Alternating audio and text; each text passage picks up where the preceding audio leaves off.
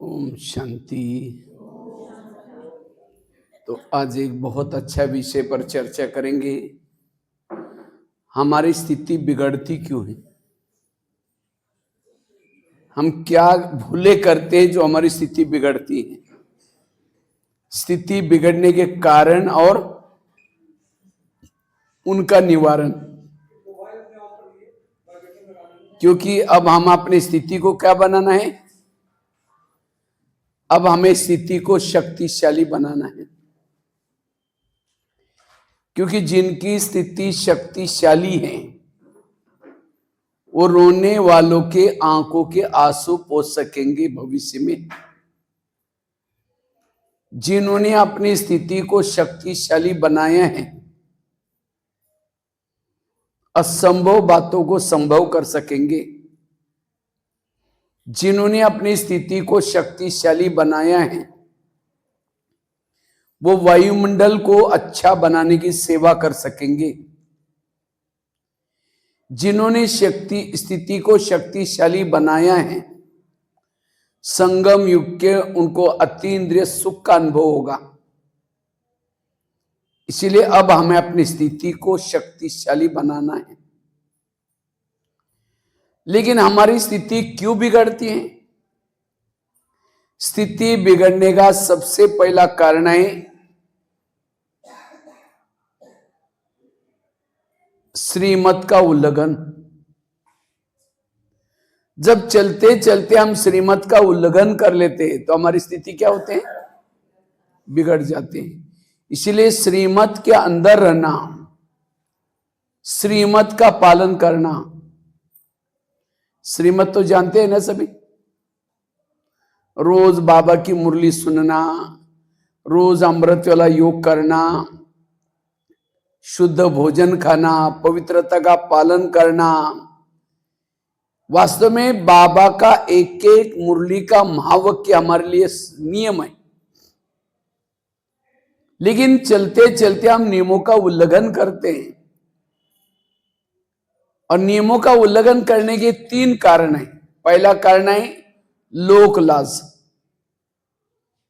अब लोग कहेंगे अरे कहां बैच पहनते हैं, कहां सफेद ड्रेस पहनते हैं, बाहर का भोजन नहीं खाते। लोग क्या बोलेंगे?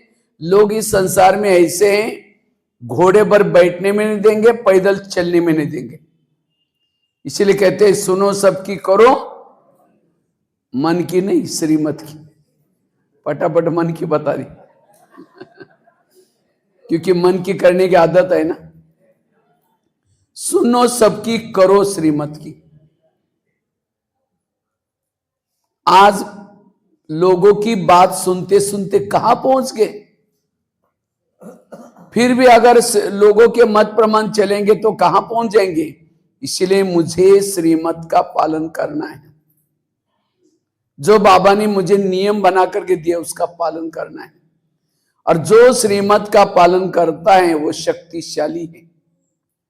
हम जब पढ़ाई करते थे तो हमको एक 7वीं कक्षा में एक लेसन था। बाप और बच्चा गधा खरीद करने के लिए मार्केट में गए। जब गधा खरीद करके वापिस आए, उसी समय मई महीना चल रहा था। तो मई महीने में क्या होता है, लोग दोपहर के समय पेड़ों के नीचे पत्ते खेलते टाइम पास करके बैठते हैं।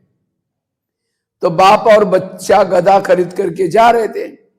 अब पहले जगह पर लोग मिले, कमाल है तुम लोगों ने गधा खरीद किया। बाप को वो लोग कहते, और छोटे बच्चों को पैदल लेके जा रहे, शर्म नहीं आती। तो बाप ने क्या किया, बच्चों को गधे पर बिठाया, चलने लगे। अब दूसरे प्रकार के लोग मिले आगे, कमाल है तुम जवान लड़का ऊपर बैठा है और बूढ़े को चला रहा है, शर्म नहीं आती। अब बच्चा नीचे उतरा, बाप ऊपर बैठ गया। तीसरे प्रकार के लोग मिले, कमाल है गधे को पैदल चलने के लिए लिया है, दोनों भी बैठ गए।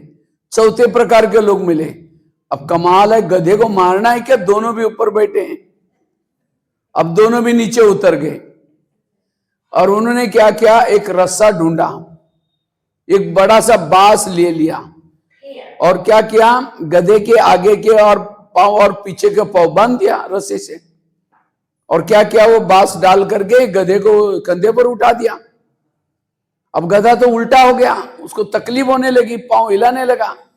तो एक नदी को क्रॉस करके जा रहे थे, तो क्या हुआ, वो ऊपर का गधे ने पांव हिलाते हिलाते थे, वो रस्सा टूट गया। अब जैसा रस्सा टूट गया, गधा नीचे गिर गया, और नीचे वो एकदम नदी में गिर गया, बह के चला गया। ये है दूसरे की बातें सुनने से घाटा। हाँ, दूसरे की बातें सुनते हम। इसलिए अपना खुद का भी दिमाग लगाना है। इसलिए हमें लोक लाज नहीं करनी।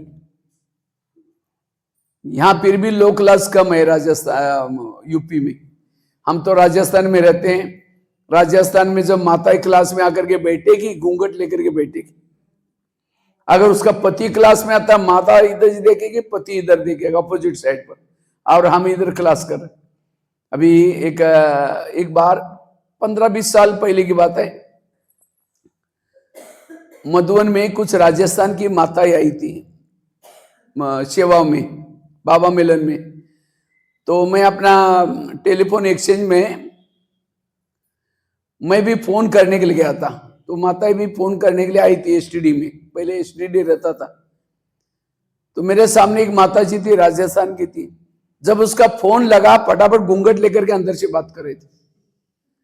तो फोन पूरा मने मन माता जी को पूछा, माता जी आप ऐसे घूंघट से बात क्यों कर रहे थे? कहते ससुर जी से बात कर रहे थे ना।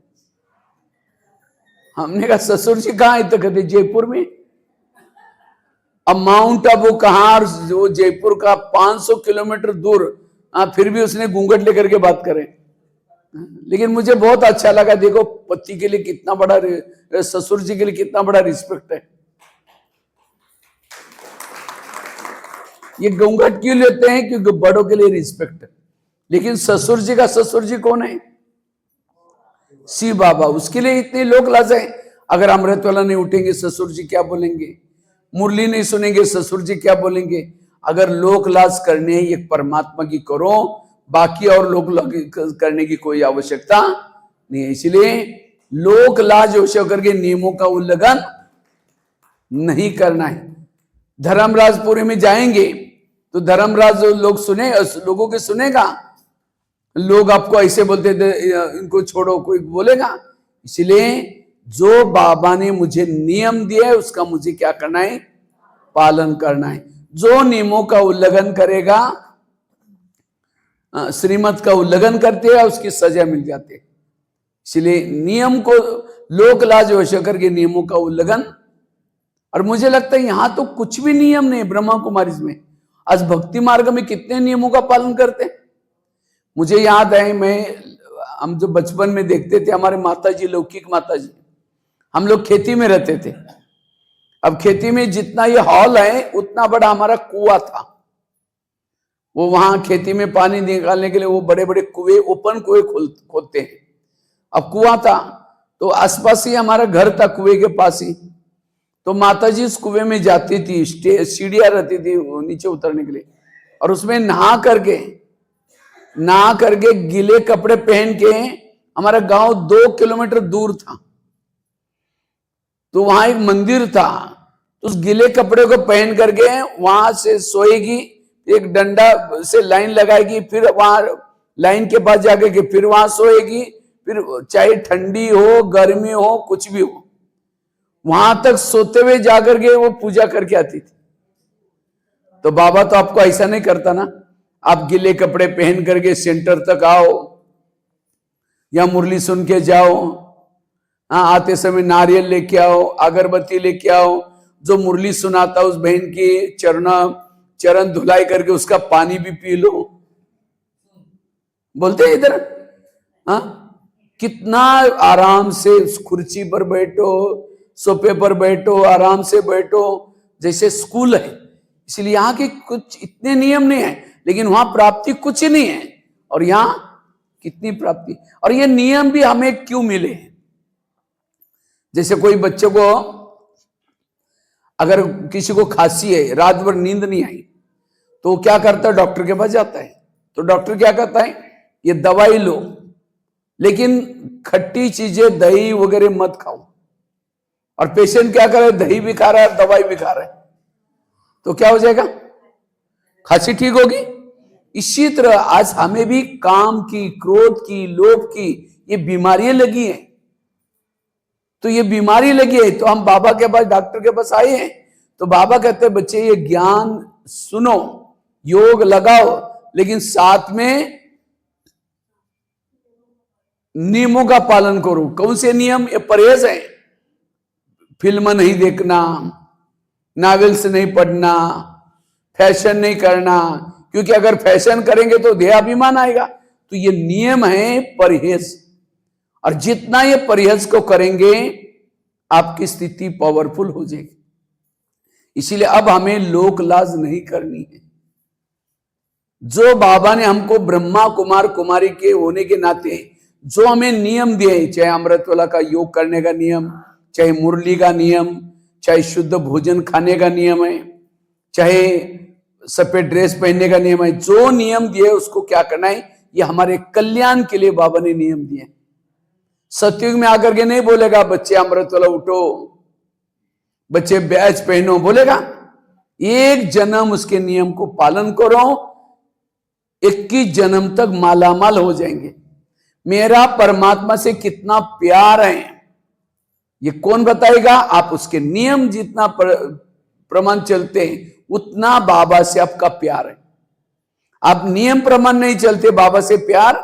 एक बार ब्रह्मा बाबा मधुबन में थे, उस समय एक पार्टी आई थी बाबा से मिलने के लिए। तो उन्होंने नहा धोकर के फटाफट बाबा के कमरे में गए ब्रह्मा बाबा से मिलने के लिए।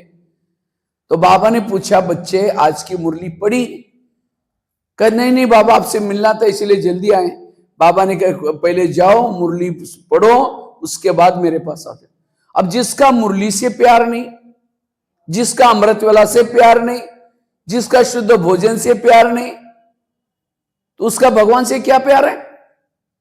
इसलिए मेरा नियमों से प्यार चाहिए। बाबा के 2 प्रकार के बच्चे, एक कच्चे दूसरा पक्के। तो आप कौन सी लाइन में, लास्ट लिस्ट में?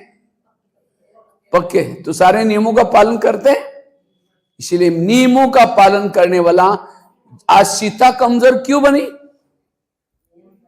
नियम को तोड़ लिया, और उसने क्या किया, श्रीमत में मनमत मिक्स किया। ये साधु है, अगर इसको भिक्षा नहीं देंगे तो नाराज हो जाएगा, श्राप देगा। जबकि लक्ष्मण ने कहा था कि भाभी जी इस लाइन को छोड़ करके बाहर नहीं जाना, बाकी सब हम देख। उसने कायदा बना करके दिया था, लेकिन उसने क्या किया, श्रीमत में मनमत। इसी तरह हम भी किसी के घर में जाते हैं तो क्या कहते हैं, अगर इनका खाना नहीं खाएंगे तो नाराज हो जाएंगे, हाँ दुखी हो जाएंगे। बाबा कहते किसी को नाराज नहीं करो, किसी को दुख नहीं दो। तो श्रीमत में क्या मिलाया? इसलिए श्रीमत प्रमाण जो चलता है उसकी स्थिति शक्तिशाली है। बाबा कहता है माया मेरी बेटी है और तुम कह रहे हो कौन हो, मेरे बच्चे हो। तो माया और आपका रिश्ता क्या हो गया? भाई बहन। कोई कोई बहन भाई को थप्पड़ मारते, कब मारते हैं? जब वो बाप का कहना नहीं मानता तो बहन भाई को थप्पड़ मारने में कोई कम नहीं करती। इसी तरह माया भी हमको थप्पड़ कब मारते हैं? जब हम उसके नियमों का उल्लंघन करते हैं।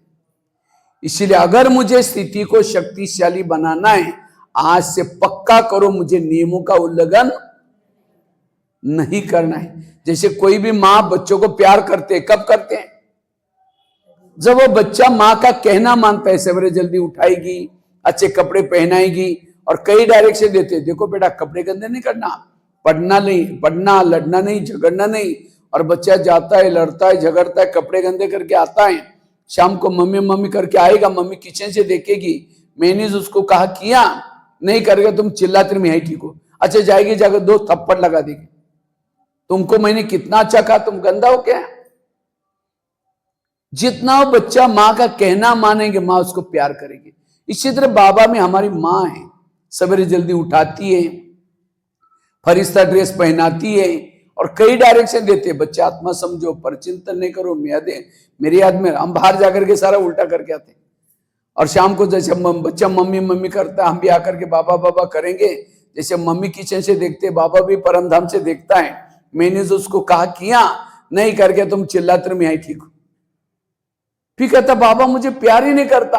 अगर योग में बाबा मुझे प्यार नहीं करता, दाल में जरूर कुछ काला है, जरूर मेरे से भूले हुए हैं। इसलिए बाबा के नियमों को पक्का पालन करना है, और जो नियमों का पालन करते हैं उनका स्थिति पावरफुल है, शक्तिशाली है। माया कभी भी उसको तंग नहीं करेगी। इसलिए स्थिति को शक्तिशाली बनाने के लिए ईश्वरीय नियमों का पालन करना है। लेकिन नियमों का उल्लंघन क्यों होता है? पहला कारण बताया, लोक लाज, लोक लाज नहीं करनी। दूसरा, क्यों नियमों का उल्लंघन होता है? डोंट केयर, चलता है, कोई बात नहीं। हम तो नए नए है ना। अगर आपको पूछेंगे आपको सतयुग में क्या बनना है, तो क्या बोलते हैं? लक्ष्मी नारायण बनना है। कोई बोलता है कि नहीं सतयुग में मुझे दासी बनो या कुछ भी बनो, दासी बनना है। अब पद पाने के लिए तो लक्ष्मी नारायण बनना है, और नियम प्रमाण चलने के लिए कहेंगे हम तो गृहस्थ में रहते हैं ना बाबा, चलता है। इसलिए डोंट केयर नहीं करना। अब भीष्म पितामह ने क्या किया? जब छोटा था, राजा था, तो रास्ते में जाते जाते क्या किया, एक सांप को उठा करके बाजू में फेंक दिया। वो बबुल के ऊपर गिर गया, कांटे के ऊपर, डोंट केयर से गिर गया, उसकी भी सजा मिल गई उसको। इसी तरह हम भी डोंट केयर कर्म करते हैं, तब जाकर सजा मिल जाते हैं। इसलिए ना लोकलाज करनी है, ना डोंट केयर करना है, नियमों का पालन करना है। तीसरा, नियम का उल्लंघन क्यों करते हैं? हम नियमों को अच्छी तरह समझते ही नहीं, अर्थ का क्या करते हैं? अनर्थ करते हैं, और इसीलिए हमारा नियम क्या होता है? उल्लंघन हो जाता है। समझो कहीं बाबा कहते हैं बच्चे बाहर का भोजन नहीं खाओ, बच्चे देह से संबंधी को भूल जाओ, बच्चे तुम आत्मा भाई भाई समझो। अब कई को क्या नशा चढ़ते थे, हम आत्मा भाई भाई समझो, पति पत्नी ज्ञान में चल रहे हैं, तो पति पत्नी को क्या बोलते हैं? हाँ भाई जी चलो जल्दी क्लास में, नहीं तो मुरली पूरी हो जाएगी। अगर यही कोई पड़ोसी सुनेंगे तो अरे ये तो अपने पति को भाई जी बोलते हैं। और कभी जाकर के उनको ज्ञान सुना, हमारा ज्ञान बहुत अच्छा, अब चलो ना, वो क्या कि हमको टाइम नहीं। उनको टाइम है, आने की इच्छा है, लेकिन उनको लगता है अगर इनके ज्ञान में चलेंगे, जैसे इन्होंने अपने पति को भाई जी बना, हमको भी बनाना पड़ेगा, तो ये विकर्म बन गया। बाबा का भाव ये नहीं कि अपने पति को भाई जी बनो। कभी कभी बाबा कहते हैं बच्चे संबंधी को भूल जाओ। अब कई बार क्या होता है, हमें नशा चढ़ जाता है, और इतना ज्ञान में चलेंगे और सबको कहेंगे हमारे संबंधी बहुत बड़े हैं, उनके ट्रक्स हैं, गाड़ी है, उनके दुकान भी बहुत बड़े, जाएंगे आएंगे नहीं, लेकिन सबको सुनाते रहेंगे, सब बुद्धि उनके पास लगी है। और कभी 10-15 साल के बाद जाएंगे, कहेंगे हम ब्रह्मा कुमारी में जाते, आप भी चलो ना। वो कहेंगे हमको टाइम ही नहीं है। उनको टाइम है, आने की इच्छा है, लेकिन उनको लगता है अगर इनके ज्ञान में चलेंगे, जैसे इन्होंने हमको छोड़ा, हमको भी सबको छोड़ना पड़ेगा। तो बाबा का ये भाव नहीं कि किसी को जाना ना बंद करो। तो बाबा के शब्द के भाव को समझना। एक सेठ जी था, उनका दुकान सामने था, सामने मकान था, और बीच में एक रोड था। तो सेठ जी एक बार बीमार पड़ा, तो अपने बेटे को बुलाकर कहता कि बेटा मैं बहुत बीमार हूं, मैं तुम्हें मरते मरते 3 बातें सुनाता हूं। तुम हमेशा छांव में जाना और छांव में आना। दूसरी बात सुनाई, तुम मीठा खाना और मीठा खिलाना। और तीसरी बात सुनाई, तुम देते रहना, किसी कुछ भी लेना। अब 3 बातें सुनाई, वो शरीर छोड़ दिया। तो कुछ समय के बाद बेटे को याद आता है पिताजी ने मुझे 3 बातें सुनाई। तो घर सामने था, सामने मकान था, दुकान था, बीच में रोड था। तो छांव में जाने के लिए क्या करता है, टीन का सेट डाल दिया, पतरा डाल दिया, रोज छांव में जाता है और छांव में आता है। दूसरी बात क्या बताता, मीठा खाना और मीठा, कोई भी घर में आता है कि इसको मिठाई बना करके खिलाता है। अब मिठाई बनाने के लिए तो पैसा चाहिए। और तीसरी बात, रोज देते रहना है किसी कुछ भी। तो कोई भी आता है, किसको टेबल देता है, किसको चेयर देता है। अब कुछ समय के बाद क्या हो गया, घर खाली हो गया, क्योंकि देते रहने से उसका पूरा घर खाली हो गया। और मीठा खाने से शुगर पेशेंट हो गया।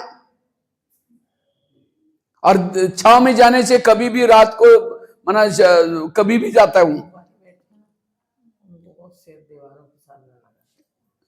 कभी भी जाता है, कभी भी आता है।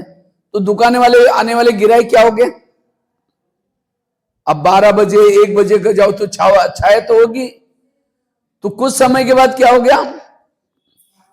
कंगाल हो गया, बीमार हो गया, सब कुछ हो गया। तो एक दिन उसको मन में आता है कि बेटे ने मुझे, वो पिताजी ने मुझे धोखा दे दिया। तो अपने बेटे को दोस्त को बुलाता है, कहता है दोस्त मुझे पैसा चाहिए। कहते क्यों? कहते यार पिताजी ने मुझे धोखा दिया, वो मर गया, लेकिन मरने से पहले मुझे कहा था कि तुम छाव में जाना, मीठा खाना, देते रहना, तुम सेठ जी बनेगा। मैं तो सेठ जी बना ही नहीं। तो कहा कि तुमने छाव में जाने के लिए क्या किया? कहते मैंने टीन का सेट डाल दिया, छाव में गया। और मीठा खाने के लिए बोला रोज मिठाई बना करके खुद भी खाता था, दूसरों को भी खिलाया और देते रहा, किसी कुछ लिया ही नहीं। तब उसका दोस्त कहता है अरे तुम्हें पिताजी ने इतनी अच्छी बातें बताई थी। पिताजी ने यह कहा था कि छाव में जाना अर्थात दिन निकलने से पहले दुकान में जाना। दिन निकलने से पहले क्या होते हैं? छाव रहते हैं सवेरे सवेरे। और छाव में आना मतलब दिन जब डूब जाएगा तब शटर बंद करके वापिस आना, सारा दिन दुकान खोल के बैठना। कितनी अच्छी बात बताई। बात को समझा ही नहीं। उसने टीन का सेट डाल दिया, छाव में गया और छाव में आया। देते रहना, तुम इतनी कमाई करना जो किसी से भी लेना नहीं, लेकिन देते रहना। लेकिन उसने चीजें दी, किसी से कुछ नहीं ली। मीठा खाना और खिलाना। तुम्हारे दुकान में जो आएंगे उनके साथ मीठा बोलना, अच्छा व्यवहार करना। अगर कोई दुकान वाला मीठा बोलता है तो सब लोग क्या करते हैं? उसके बाद जाते हैं। अब उसके बाद जाते हैं, सेठ जी बन जाता। उसने मीठा बोलने के बजाय मीठा खाया और खिलाया। तो कितनी अच्छी बातें बताई, लेकिन बात को, और इसीलिए क्या हुआ? फायदे के बजाय। इसी तरह इस ज्ञान को भी हमने समझा नहीं, अर्थ का अनर्थ किया। तो फायदे के बजाय फिर कई कहते हम ज्ञान में चलते हैं, हमारे संबंध बिगड़ गए तो हमारे ये हो गया। भाई बाबा के श्रीमत को समझे ही नहीं, इसलिए बाबा के श्रीमत को समझना जरूरी है। एक माता जी ज्ञान में आती थी, तो एक बार क्या करते हैं, सेंटर पर गई थी, गुरुवार का दिन था। तो बहन जी कुछ किचन में खाना बना रहे, भोग बना रहे थे गुरुवार के दिन। तो इतने में एक वीआईपी आया। तो माता जी ने बहन जी को कहा, बहन जी ने माता जी को कहा, माता जी एक वीआईपी आया, आप उसको क्या करो, थोड़ा चित्र पर समझाओ। तो माता जी वीआईपी को लेके चित्र पर समझाने के लिए आई। पहला चित्र लगा था लक्ष्मी नारायण का। तो कहते हैं आप रोज यहां आया करो, आपका ट्रैक्टर बहुत अच्छा हो जाएगा। तो भाई कहता ट्रैक्टर यहाँ के गैरेज का काम सिखाते? नहीं, लक्ष्मी नारायण भी ट्रैक्टर से गिर गए, परमात्मा ने आकर के उनका भी ट्रैक्टर ठीक किया, मेरा भी ट्रैक्टर अच्छा हो गया। वो कैरेक्टर बोलने के बजाय क्या बोल रहे हैं? तो कभी कभी हम ज्ञान को क्या करते हैं? उल्टा कर लेते हैं। तो इसलिए फायदे के बजाय एक मधुबन में एक कुमारों का एक बार 1999 में कुमारों को मधुबन में बाबा ने बुलाया था, सारे कुमार भारत के। बाबा मिलन का स्पेशल प्रोग्राम केवल कुमारों के लिए था। तो बहुत सेंटर से कुमार गए थे। तो कुमारों को बाबा ने एक होमवर्क दिया, कुमारों को वारिस तैयार करनी। तो एक सेंटर का कुमार वहां गया, सेंटर में वापिस गए। तो सेंटर पर गया ही नहीं कई सालों तक। बहुत सालों के बाद आया। तो बहनों ने कहा रे तुम कितना साल के बाद आए, जब से मधुबन गए वापिस आए नहीं। क्योंकि बाबा ने जो होमवर्क दिया ना वो कर रहा था। बोला क्या होमवर्क? कहता है वारिस तैयार करना। हाँ, उसने आकर के शादी करके बच्चे पैदा कर। अब बताओ वारिस कौन से? वारिस मतलब अपने जैसे और कुमारों को तैयार करना। इसीलिए बाबा की मुरली सुनने के लिए नयों को परमिशन, जो मुरली चलते हैं उसी समय नयों को किसी को भी नहीं बिठाते, क्योंकि बाबा के ऐसे शब्द होते हैं ये समझना। तो इसीलिए ज्ञान को समझ करके, तो हमारे नियमों के उल्लंघन क्यों होते हैं? क्योंकि हम ज्ञान उसको समझते नहीं है। आज भक्ति कोई गलत नहीं, भक्ति बहुत अच्छी है, लेकिन भक्ति करते करते हम नीचे उतरे क्योंकि भक्ति को सही समझा ही नहीं।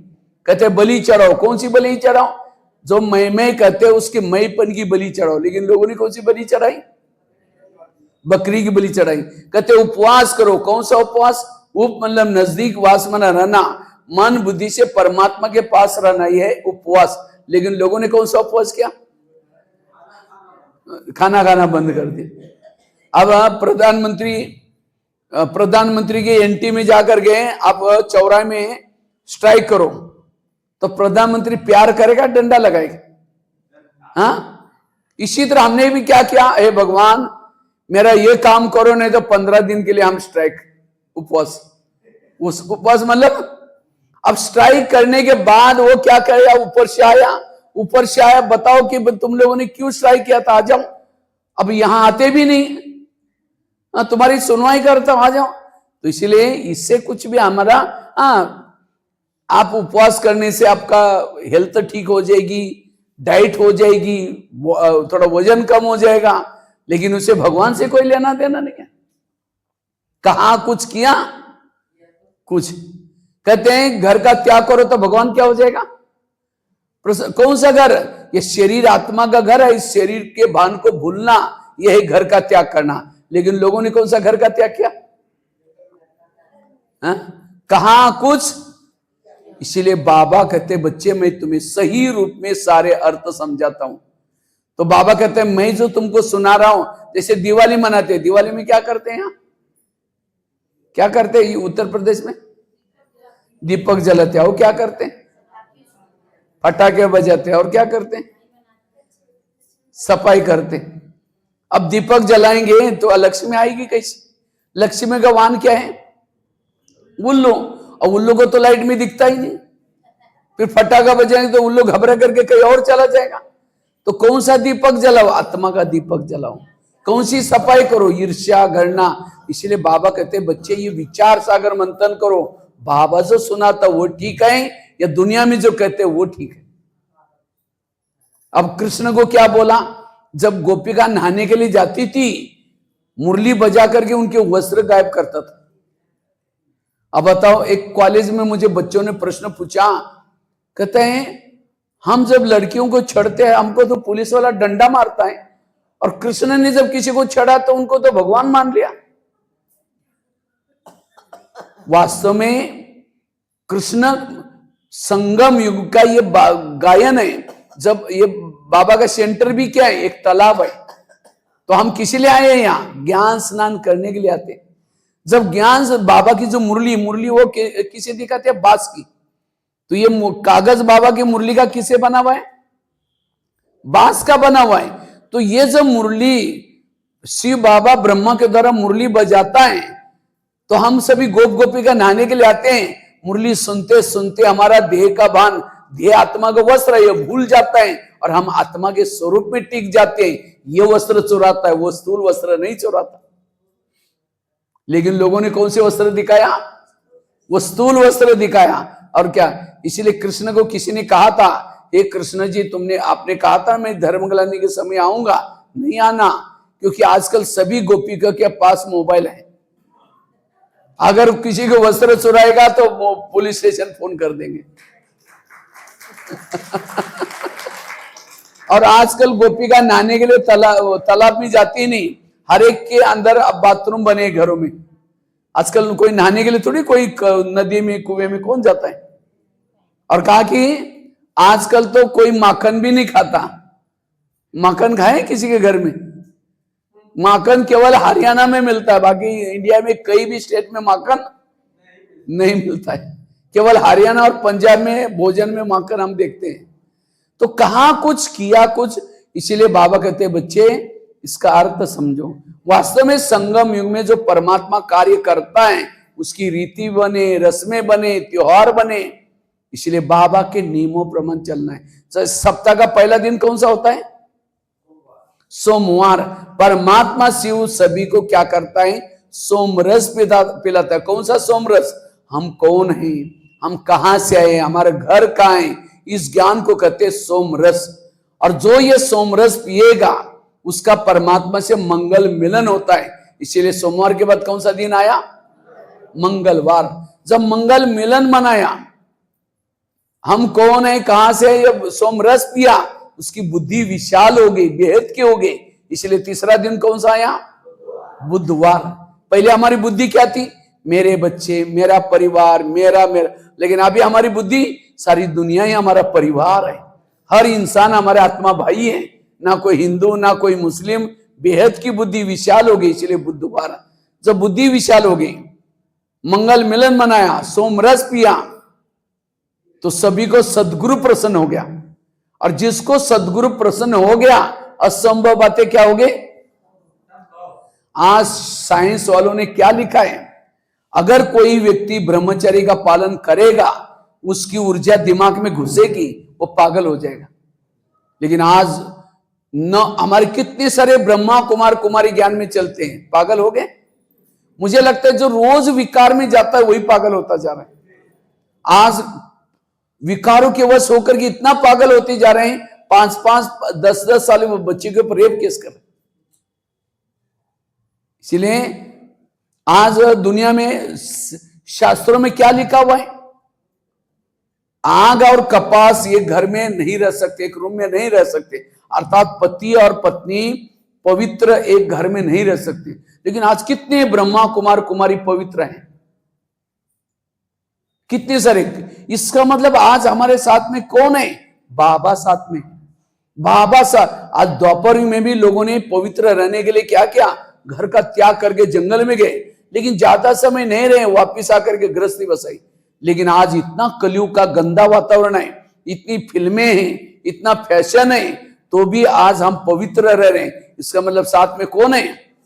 बाबा है। इसलिए सदगुरु हमें प्रसन्न हो गया। भले बाबा दिखता नहीं है, अगर बाबा ना होता हम 8 दिन 15 दिन 10 दिन भी पवित्र नहीं रह सकते। इसलिए बाबा साथ में है। तो सदगुरु प्रसन्न हो गया, सदगुरु प्रसन्न हो गया, बुद्धि विशाल हो गई, मंगल मिलन मनाया, सोमरस पिया। तो परमात्मा से मंगल मिलन से अतीन्द्र सुख मिलता है। जब अतीन्द्र सुख मिलता है तो आत्मा परमात्मा को क्या कहते हैं? शुक्रिया, धन्यवाद। इसीलिए 5वां दिन कौन सा आया? शुक्रवार। जब शुक्रिया निकला, सदगुरु प्रसन्न हो गया, बुद्धि विशाल हो गई, मंगल मिलन मनाया, सोमरस पिया, तो आत्माओं को जो विकारों की शनि लगी थी, सबसे खतरनाक शनि है विकारों की शनि। अब जिसको ये विकारों की शनि लगी, वो कहीं कमी नहीं रहेगा। क्योंकि जैसे हम जिलेबी खाते हैं, मुरमुरा फीका लगता है, तो इसी तरह परमात्मा से मंगल मिलन मनाने से ये विकार, ये संसार फीका लगने लगा। तो आत्मा विकारों से मुक्त हो गई, शनि से मुक्त हो गई। इसलिए 6ठा दिन कौन सा आया? शनिवार। जो शनि से मुक्त हो गए, शुक्रिया निकला, सदगुरु प्रसन्न हो गया, बुद्धि विशाल हो गई, मंगल मिलन मनाया, सोम रस पिया, तो आत्मा इस धरती पर आकर के जो जन्म मरण के चक्कर में फंसी थी, उसे छुट्टी हो गई। इसलिए संडे का दिन, छुट्टी का दिन। सब बच्चे अपने घरों में मम्मी पापा के साथ रहते हैं। हम भी अपने मम्मी पापा के पास ऊपर जाने वाले हैं।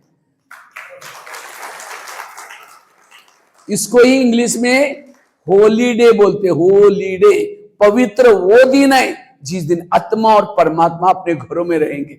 वो है पवित्र दिन, वो है होलीडे। तो देखो कितना सुंदर ये चक्र। और फिर उसके बाद फिर सोमवार आता है, फिर मंगलवार, बुधवार, गुरुवार। संगम युग में परमात्मा जो कार्य करता है, उसके त्योहार बन गए, रीति बन गए, रस्में बन गए, रामायण बन गए, महाभारत बन गया। याद रखना, इस ब्रह्मा कुमारी के कार्य में जो आएगा, जो मददगार बनेगा, तन मन धन से सेवा करेगा, उनका नाम जब तक ये सूरज चांद रहेंगे, उनका नाम अमर हो जाएगा। अभी भी हनुमान, गणेश कौन है?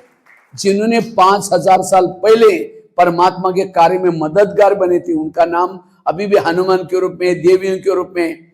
इसीलिए बाबा कहते बच्चे, हमें ऐसा चिंतन करके बाबा के नियमों प्रमाण चलना है। शिवरात्रि मनाए ना, शिवरात्रि में क्या किया? शिव जी को प्रसन्न करने के लिए क्या किया? बेर चढ़ाया। कौन सा बेर चढ़ाया? वो जो फल वाला बेर चढ़ाया। तो वास्तव में कौन सा बेर चढ़ाओ? जो आपस में वैर करते एक दूसरे से, वो वैर नहीं करना, यह है बेर चढ़ाना। लेकिन लोगों ने वो बेर चढ़ा दिया। और करते हैं, क्या करते हैं? धतूरा चढ़ाते। कौन सा धतूरा? हमारे अंदर जो काम, क्रोध, लोभ, ये बुराई है। और बाबा ने तो खास इस शिवरात्रि में कहा, तुम्हारे अंदर जो व्यर्थ संकल्प का धतूरा है, ये कड़वाट आई, वो चढ़ाओ, निगेटिव को चढ़ाओ। लेकिन लोगों ने क्या किया, वो धतूरा चढ़ाया, हमारे अंदर की बुराई को तो, अपनी बुराई को तो चढ़ा ही नहीं। जागरण करो। कौन सा जागरण? वर्तमान समय क्या चल रहा है, मुझे क्या करना चाहिए, मैं कौन हूं, मैं कहां से आया हूं, संगम युग चल रहा है, अभी मुझे जागना है, यह है जागरण। लेकिन लोगों ने रात भर जागने का जागरण किया, कहां कुछ किया कुछ। इसीलिए बाबा कहते बच्चे जब ये मनन चिंतन करते हैं तो हमारी बुद्धि विशाल हो जाते हैं, नियमों प्रमाण चलते हैं। इसलिए ईश्वरीय नियमों प्रमाण चलना, जो संगम युग में ईश्वरीय नियमों प्रमाण चलता है वो शक्तिशाली बनता है। दूसरी बात है, अवस्था बिगड़ती क्यों, स्थिति बिगड़ती क्यों? परचिंतन करने से स्थिति बिगड़ती। इसलिए किसी का भी परचिंतन, इसमें चाहे कोई बैठा है जो कभी भी किसी का परचिंतन नहीं करता। परचिंतन समझा? और माताएं ज्यादा करते हैं, भाई लोग भी करते हैं लेकिन माताएं ज्यादा करते हैं। भाइयों में अभिमान ज्यादा होता है और माताओं में परचिंतन ज्यादा होता है। अब भाइयों में अभिमान क्यों होता है? क्योंकि मैं कमाता हूं, अगर मैं ना होता तो ये घर ही नहीं चलता, मैं ना होता तो कुछ ना होता। ये क्या होता है? इसलिए मैं का पूछ। इसीलिए हनुमान को क्या दिखाते हैं? पूछ। और बाबा कहते हैं जब तक ये पूछ को आग नहीं लगाएंगे तब तक लंका जलने वाली। अगर ये पूछ रहेगा तो सतयुग में नहीं जाएंगे, त्रेतायुग में चले जाएंगे। इसलिए त्रेतायुग में राम के जितने भी भगत है सबको पीछे से पूछे। इसलिए मैंपन भाइयों में होता है और माताओं में क्या होता है? परचिंतन। क्योंकि माताओं में सहन शक्ति ज्यादा है, कम है? ज्यादा। मजबूरी का नाम महात्मा गांधी। माताएं सहन करती हैं लेकिन सहन की भी बातें अपने तक नहीं रखेगी, पड़ोसनी को जगह सुनाएगी।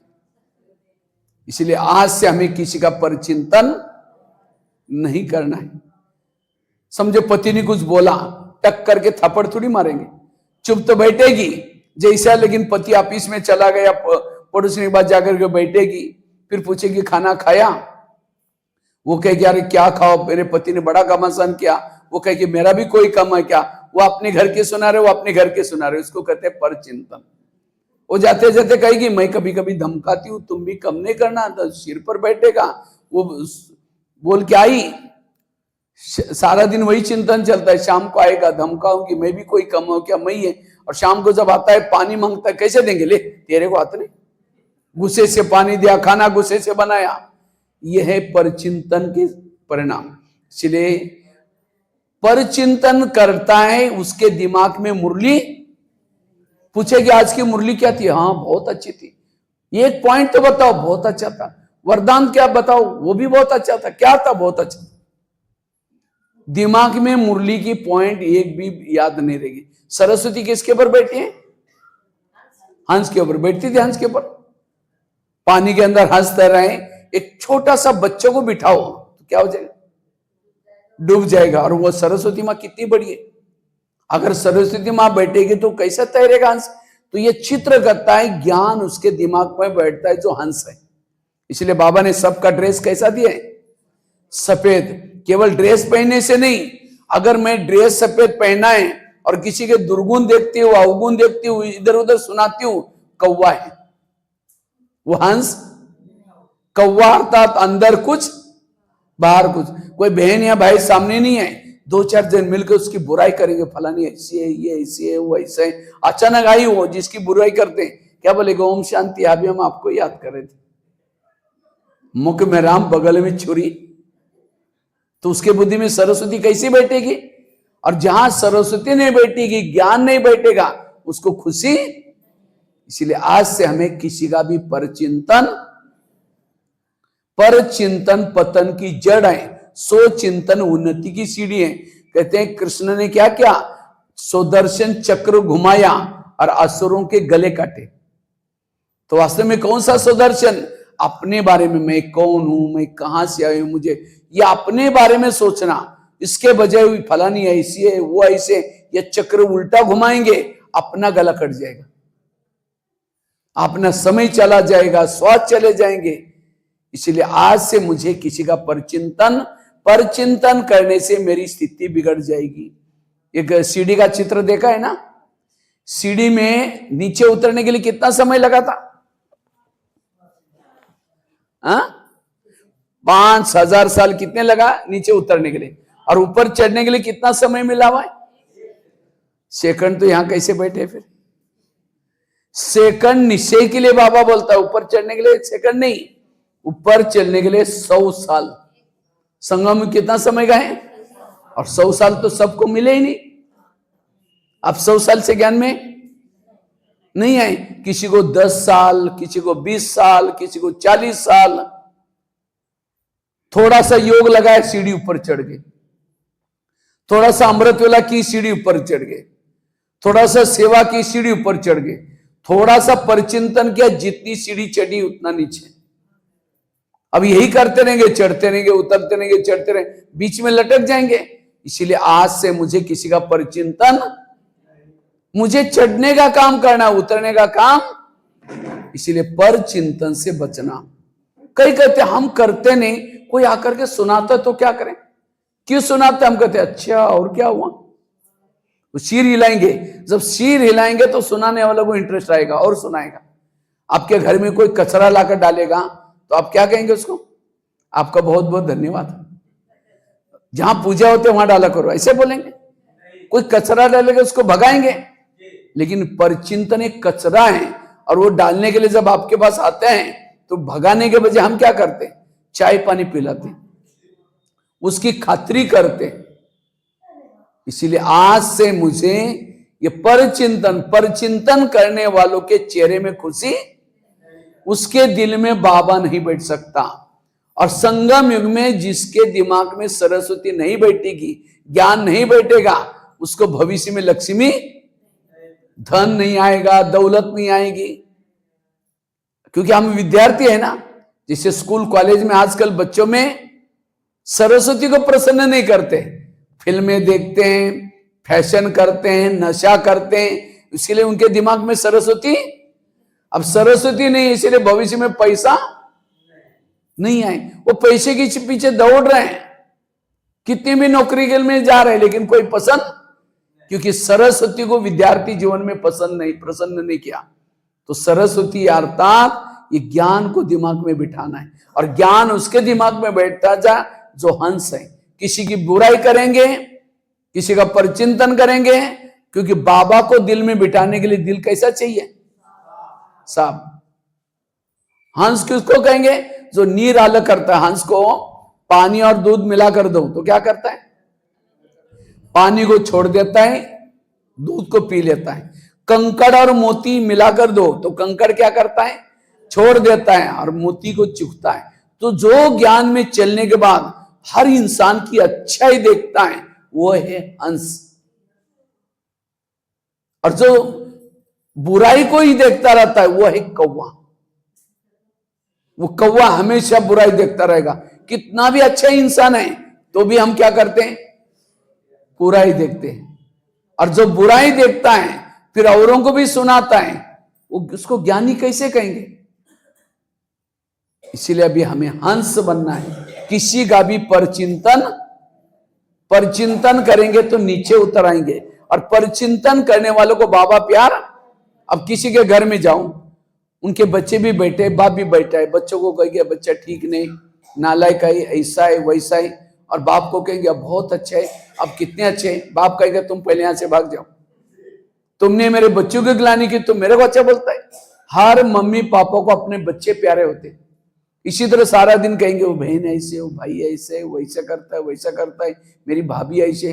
सारा दिन परचिंतन किया और शाम को योग में बैठेंगे, मीठे बाबा, प्यारे बाबा, शांति के सागर, दया के सागर। बाबा कहेगा मैं भूल गया, मुझे याद दिला रहे हैं, पहले तुम यहां से भाग जाओ। तुमने मेरे बच्चों की गिलानी की, जिसको मैं मीठे बच्चे बोलता हूं। प्रैक्टिकल है ना।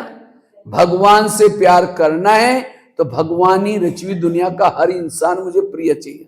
अगर मैं किसी का परचिंतन करूंगा, मेरा योग नहीं लगेगा। परचिंतन करना अर्थात काला धुआं फैलाना। जैसे कोई फैक्ट्री से काला धुआं निकलता है तो गवर्नमेंट क्या करता है? उसको बंद कर देता है। तो हम परचिंतन करेंगे तो बाबा ऊपर से देखेगा ये उत्तर प्रदेश के कौन सी फैक्ट्री से काला धुआं निकल रहा है, उसके बुद्धि को ताला बंद कर देगा। मुश्किल से ताला खोला है बाबा ने, इसलिए मुझे पर चिंतन नहीं करना है। पर चिंतन पतन की जड़ है। सबके ऊपर ध्यान है। देखो कईयों को तो थोड़ा सा बीच बीच में कोई पॉइंट अच्छी लगती है, ताली बजा सकते। ताली बजाने से उमंग नहीं बैठेगा, सामने वाले जग जाएंगे थोड़ा सा। ठीक है, बजाओ ताली एक बार। क्योंकि जैसे मैं मधुबन से आया है, इसी तरह माया ने भी अपना एक सैनिक आपके यहाँ हॉल में भेजा हुआ है। वो तो दिखाई पर नहीं, मैं तो दिखाई पड़ रहा हूं बैठा हूं सामने, लेकिन माया का सैनिक दिखाई, वो आलस और अलबेलापन क्या करेगा। इसलिए सावधान होकर के आंखें खोल करके सुनना। जो आंखें बंद करता है उसका एक शास्त्रों में गायन है, धृतराष्ट्र कहेंगे उसका। वो कौन है? वो अंधा क्यों बना था? जब ऋषि आया था, वो कौन सा ऋषि, वो ऋषि आकर के वो दृष्टि दे रहा था उसके माता जी को। तो माता जी ने क्या किया, उसकी आंखें बंद कर दी। आंखें बंद गई और इसीलिए कहा कि बच्चा तो पैदा होगा लेकिन कैसा, अंधा। फिर कहा कि नहीं और एक चांस दो। दूसरे को बोला कि तुम आंखें बंद नहीं करना, लेकिन उसने वो क्या की, दृष्टि लेते समय घबरा गई, वो दृष्टि सहन नहीं की। कहा कि बच्चा तो पैदा होगा लेकिन कमजोर। नहीं नहीं नहीं और एक चांस दो। तो वो कहते तुम जाओ, वो कहते तुम जाओ, और दोनों भी नहीं गई। एक दासी को भेज दी, कहा कि बच्चा तो पैदा होगा लेकिन कैसा, दासी पुत्र होगा। ये सारे संग बाबा अब इस दुनिया में नई दुनिया के लिए दृष्टि देने के लिए आता है। जब बाबा दृष्टि देता है, हम आंखें बंद करेंगे तो हम कैसे पैदा होंगे, अंधे। अंधे मतलब आंखों से अंधे नहीं, पता है कि रॉन्ग है, पता है कि नहीं करना चाहिए, तो भी हम कर लेते, क्योंकि ज्ञान है लेकिन पावर नहीं है, क्योंकि हमने आंखें बंद की थी। इसलिए योग में आंखें बंद नहीं करना है। कई बार आंखें बंद नहीं करेगी लेकिन इतना शक्तिशाली दृष्टि नहीं लेते, घबराते हैं, तब जाकर के कमजोर पैदा होंगे। अब कई आंखें भी बंद नहीं की, घबराए भी नहीं, लेकिन इंद्रियों के अधीन है, वो दासी पुत्र बन जाते। दासी पुत्र मतलब इंद्रियों के अधीन। इसलिए यहां की सारी बातों के यादगार बन जाते। अगर यहां सप्ताह में एक दिन सेंटर पर आएंगे तो आपके मंदिर में पूजा भी सप्ताह में एक बार ही होगी। गुरुवार के दिन आएंगे तो आपकी गुरुवार की देवी बन जाएगी। कोई संडे के दिन आते, संडे वाली देवी। बाकी लोग 8 दिन तक पानी नहीं डालने के लिए आएंगे, पूजा करने के लिए केवल संडे के दिन या गुरुवार के दिन आपके मंदिर में आएंगे। क्यों? यहां जैसी देव वैसी। अब यहां योग करते करते सो जाएंगे, आपका भी भजन करते करते भगत क्या करेगा, सो जाएगा। अब आप तो वहां देवी बनकर के क्या बोल सकते, क्योंकि आप बाबा के सामने सोए थे। जैसी देव वैसी पूजा बन जाती। इसलिए अटेंशन से सबको बैठना है क्लास में। तो बता रहा था हमें किसी का भी परचिंतन नहीं करना है। और आंखें बंद क्यों होती है उसकी भी कारण है। देखो आंखें बंद होने के 5-6 कारण है। पहला कारण है जिसकी कमाई नहीं हो रही उसको क्या हो रहा है, आंखें बंद हो रही। जिसको कमाई, एक एक महावाक्य, एक एक शब्द जिसको उस कमाई की अनुभूति होते हैं, वो कभी नींद डायरी लेके बैठेगा। किसी के पास भी डायरी पेन, स्टूडेंट है। मैं तो अभी भी देखो कितना 40 साल से बाबा के ज्ञान में, लेकिन मेरे पास हमेशा क्या होते हैं, हाँ डायरी साथ में, और अच्छे अच्छे पॉइंट्स को हमें क्या करना है, नोट करना है। जो नोट करता है उसको नींद नहीं आती। नींद उसको आते हैं जिसके सिर पर कुछ बोझ है। अभी तो बोझ खाली, जैसे कोई किसी के पास बोझ है, किसी के सिर पर बोझ रखो तो क्या हो जाता है, ऐसा सिर होता है। अच्छा, नींद उसको आते हैं जिसने कुछ दवाई खाई है। अब किसी को खांसी है तो आजकल सरप वगैरह होता है ना, सिरप क्या बोलते हैं, सिरप, जब वो पीते हैं उसके अंदर अल्कोहल भी होता है कुछ, इसीलिए वो नशे आते हैं, इसी से भी नींद आते हैं। अब कईयों को नींद तब आते है जो टेंशन में होता है, ज्यादा सोचता है, निगेटिव सोचता है, व्यर्थ सोचता है, जिसका मन भारी है उसको योग में नींद आती है। तो चेक करो मेरा कौन सा, जिसने किसने रात में नींद पूरी पक्की नहीं की उसको भी क्या होते हैं, नींद आती है। इसलिए हमें नींद कभी भी क्लास में ना, एकदम एक्टिव होकर के बैठे। कोई तो मैं देख रहा हूं अभी क्या वो उबासी ले लिया, जोर से उबासी ले लिया किसी ने, इसका मतलब क्योंकि ये प्रिंस प्रिंसेस का क्लास है, भविष्य में क्या बनने वाले हैं, राजकुमार राजकुमारी बनने वाले हैं। अगर वो ऐसा ऐसा इधर उधर देखते रहेंगे तो कैसा रहेगा, हाँ? इसीलिए हमें एक्टिव होकर के क्लास में बैठने के भी नियम है। तो पर चिंतन कभी भी, किसी की भी दोष देखने वालों को कहेंगे कौवा। इसलिए हमें हमेशा क्या करना है, गुण देखना, अच्छाई देखना, और जितना अच्छाई देखते हैं अच्छे बन जाएंगे। पर चिंतन करने वालों की स्वयं की उन्नति, ना वो सुख का अनुभव करता ना शांति का अनुभव करता है। एक शिष्य था, भगवान के पास गया, कहता है भगवान मैं बहुत आगे बढ़ना चाहता हूं, मैं अपनी उन्नति करना चाहता हूं। तो भगवान ने कहा ठीक है, उसके लिए मैं तुम्हें क्या करता हूं, 2 थैले देता हूं, एक थैले को तुम पीठ के पीछे रखना और दूसरे थैले को आगे रखना। और भगवान ने कहा जो पीठ के पीछे थैला है, तुम्हारे आस पास पड़ोस में जो भी लोग रहते हैं उस सभी के अंदर जो भी बुराई है, दोष है, उसकी चिटकी बना करके मैंने डाली है। और आगे वाले थैले को क्या करना, आगे रखना। आगे वाले थैले में तुम्हारे अंदर जो बुराई है, अवगुण है, वो आगे वाले थैले में। भगवान ने कहा लेकिन आगे वाले थैले को खुला रखना, पीछे वाले थैले को बांध करके, दूसरे की बुराई को बांध कर रखना। वो थैले लेके चला जाता है। कुछ समय के बाद क्या करता है भगत, थैले चेंज करता है। पीछे का थैला क्या किया, आगे लिया, और आगे का थैला माना अपने बुराई को, थैले को क्या करता है, पीछे रखता है बांध करके, और दूसरे की बुराई को बांध करके, खोल करके क्या करता है, देखता है कि फलाना ऐसा है, वो ऐसा है, और उनको भी बुलाकर सुनाता है। उसे क्या हो गया, और ही दुखी हो गया, परेशान हो गया। फिर भगवान के पास आता है, कहता है भगवान मुझे सुख मिला ही नहीं, मुझे शांति मिला ही नहीं। भगवान ने कहा अच्छा, तुमको जो मैंने थैले थे उसको कहाँ रखा? कहता है भगवान कई बार मैंने भूल की, पीछे का थैला आगे किया। भगवान ने कहा यही तुम्हारे दुखों का कारण है। इसलिए कभी कभी हम भी दूसरों को देखते हैं, फलानी ऐसी करते, वो ऐसी करते। अगर दूसरों को देखना शुरू करेंगे, हमें कभी भी सुख शांति, ना बाबा से मिलन मना सकेंगे। कई कहते योग में बैठते लेकिन बाबा प्यार ही नहीं करता है। क्यों नहीं प्यार करता? क्योंकि सारा दिन मैं दूसरों को देखता रहता हूं, फलाने ऐसा है, वो ऐसा है। तो ऐसे व्यक्ति को बाबा प्यार, इसलिए अपने दोष को देखो, अपनी बुराई को देखो, किसी का परचिंतन करने से अवस्था बिगड़ती। वास्तव में दूसरों को देखते देखते कहां पहुंच गए? अब मुझे अपने आप को देखना है। संगम युग है, सो परिवर्तन का युग। दूसरों का परिवर्तन करने में नहीं जाओ, उसका ठेका परमात्मा का है। जो दूसरों को देखेंगे मिलेगा कुछ भी नहीं। कहते एक यात्री था, यात्रा करने के लिए, एक सेठ जी था, उन्होंने अपना बहुत बड़ा बंगला था वो बेच दिया। जब बंगला बेच दिया तो दूसरे जगह पर शिफ्ट होने वाला था, लेकिन एक ठग था, ठग को पता चला इस सेठ जी ने बंगला बेचा है, उनके पास तो बहुत माल पानी होगा।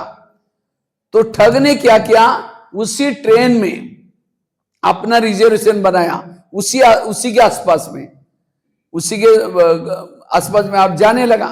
तो चलते चलते वो ठग क्या बोलता है सेठ जी को, सेठ जी आपको प्यास नहीं लगी, थोड़ा सा जाकर के पानी पी के आ जाओ।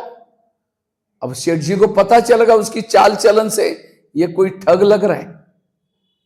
तो सेठ जी कहते हैं ऐसा है, मैं अभी भी पानी पी के घर से निकला था, तो तुम ही क्या करो, जाकर के पी के आ जाओ और मेरे बोतल में भी लेके आओ, अगले स्टेशन पर मैं ही जाऊंगा खुद। तो ठग तो बड़ा खुश हो गया, तो क्या किया, चला गया। तब तक सेठ जी ने क्या किया, अपना जो माल पानी जो भी कुछ गठड़ी थी वो क्या किया, सीधा उसी के ठग के तकिए के नीचे रख दिया, वो तकिए के नीचे रख दिया। तो ठग ने क्या किया, फटाफट जाके पानी पी के आया, पानी लेके आया। तो जैसा ट्रेन चालू, तब तक ट्रेन की सीटी बज गई, चलने लगे।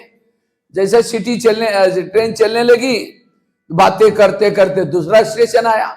जब दूसरा स्टेशन आया तो सेठ जी खुद बोलता था, मेरी बारी है ना, मैं जाऊंगा, मुझे क्या है, ठेलने का भी, बाहर घूमने का भी बड़ा शौक है, मैं चलता हूं। तो सेठ जी गए, तब तक ठग क्या करता है, सेठ जी का पूरा क्या क्या कहां माल पानी रखा है सारा देखता है, वो दिखाई नहीं पड़ा। तब तक वो ट्रेन की सीटी बज गई, सेठ जी आ गए। फिर अगला स्टेशन आया, फिर सेठ जी कहता है, क्या है, मुझे बैठे बैठे थकान होती है, थोड़ा पानी भी लेके आता हूं, घूम के भी आता हूं। तो ठग और खुश हो गया, और एक मौका मिल गया। तो जैसे सेठ जी नीचे उतरता है, वो सारा देखता है, उसको सेठ जी का थैले को चेक करता है। 5-6 स्टेशन पर सेठ जी नीचे उतरते थे, और ठग क्या करता था, उसी का वो बैग चेक करता था। करते करते लास्ट का स्टेशन आया। अब सेठ जी ने कहा, अरे भाई, मैंने तेरे को बहुत पानी पिलाया, अभी लास्ट का स्टेशन है, तो मेरे लिए लेके आना। तो ठग क्या करता, पानी लेने के लिए गया, सेठ जी ने अपनी गठड़ी उसे तकिया के नीचे से लिया और बैठ गया। इतने में ठग आया। अब चलते चलते ठग को रहा नहीं गया, कहता है, सेठ जी, आपने इतना कोठरी बड़ी मकान बेचा, उसका सारा पैसा वगैरह कहाँ है? कहता वो मेरे पास है।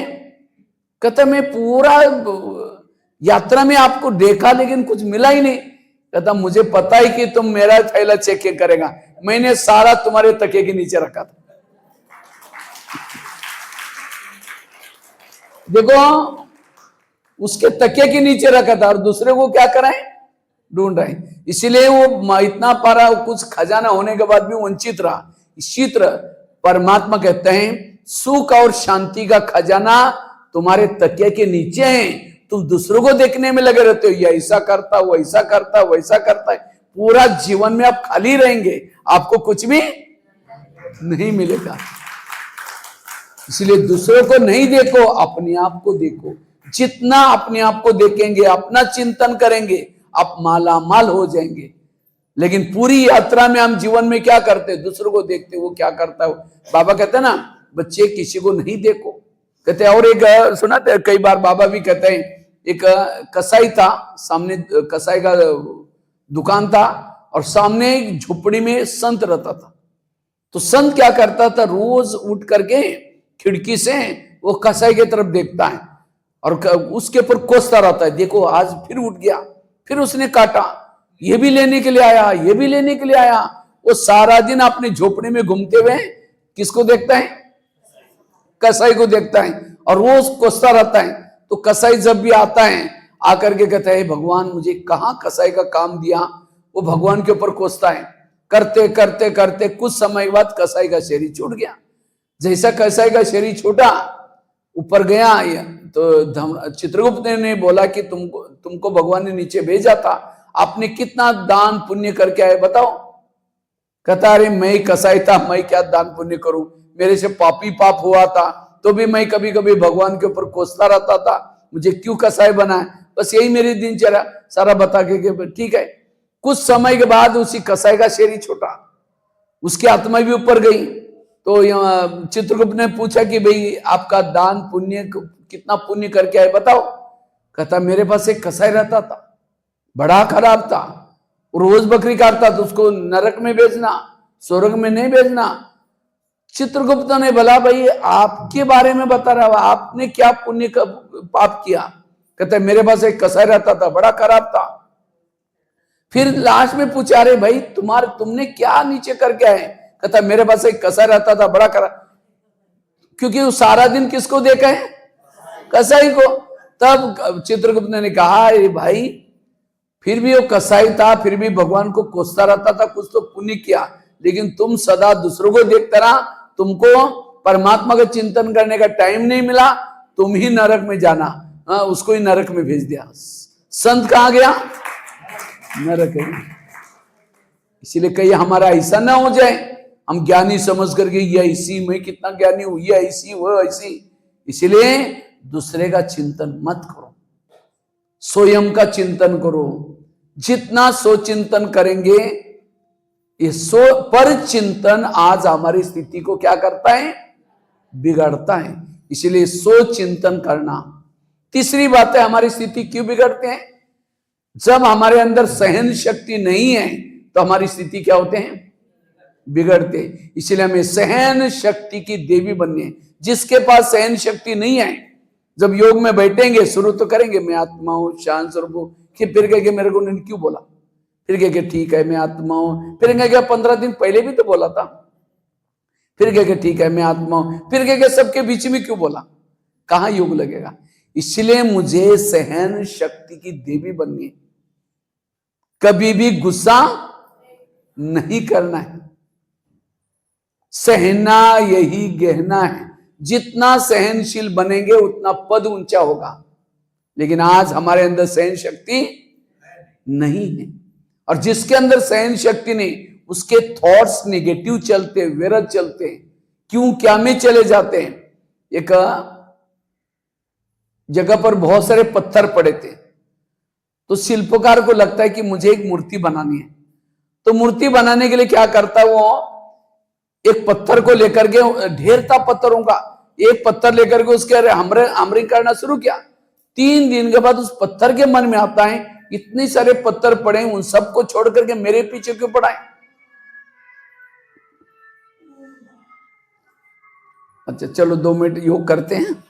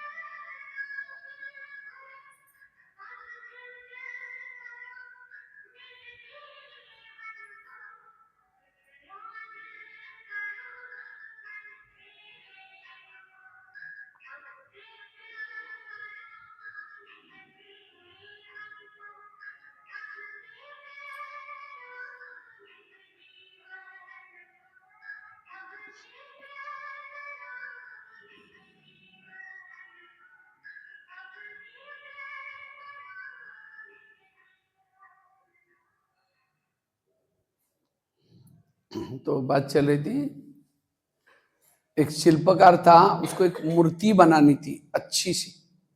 तो एक पत्थरों के ढेर के पास गया, उसमें से एक पत्थर लिया, उसके ऊपर छने रतोड़ा लगाना शुरू किया। 3 दिन के बाद उस पत्थर के मन में आता, इतना ढेर पड़ा है, उस सब के छोड़ करके मेरे पीछे क्यों पड़ा है। अब 3 दिन के बाद टूट गया, जो टूटा तो कोई काम का ही नहीं आ रहा। फिर दूसरा लिया, उसके ऊपर हैमरिंग किया, 6 दिन के बाद वो भी टूट गया, उसको भी छोड़ दिया।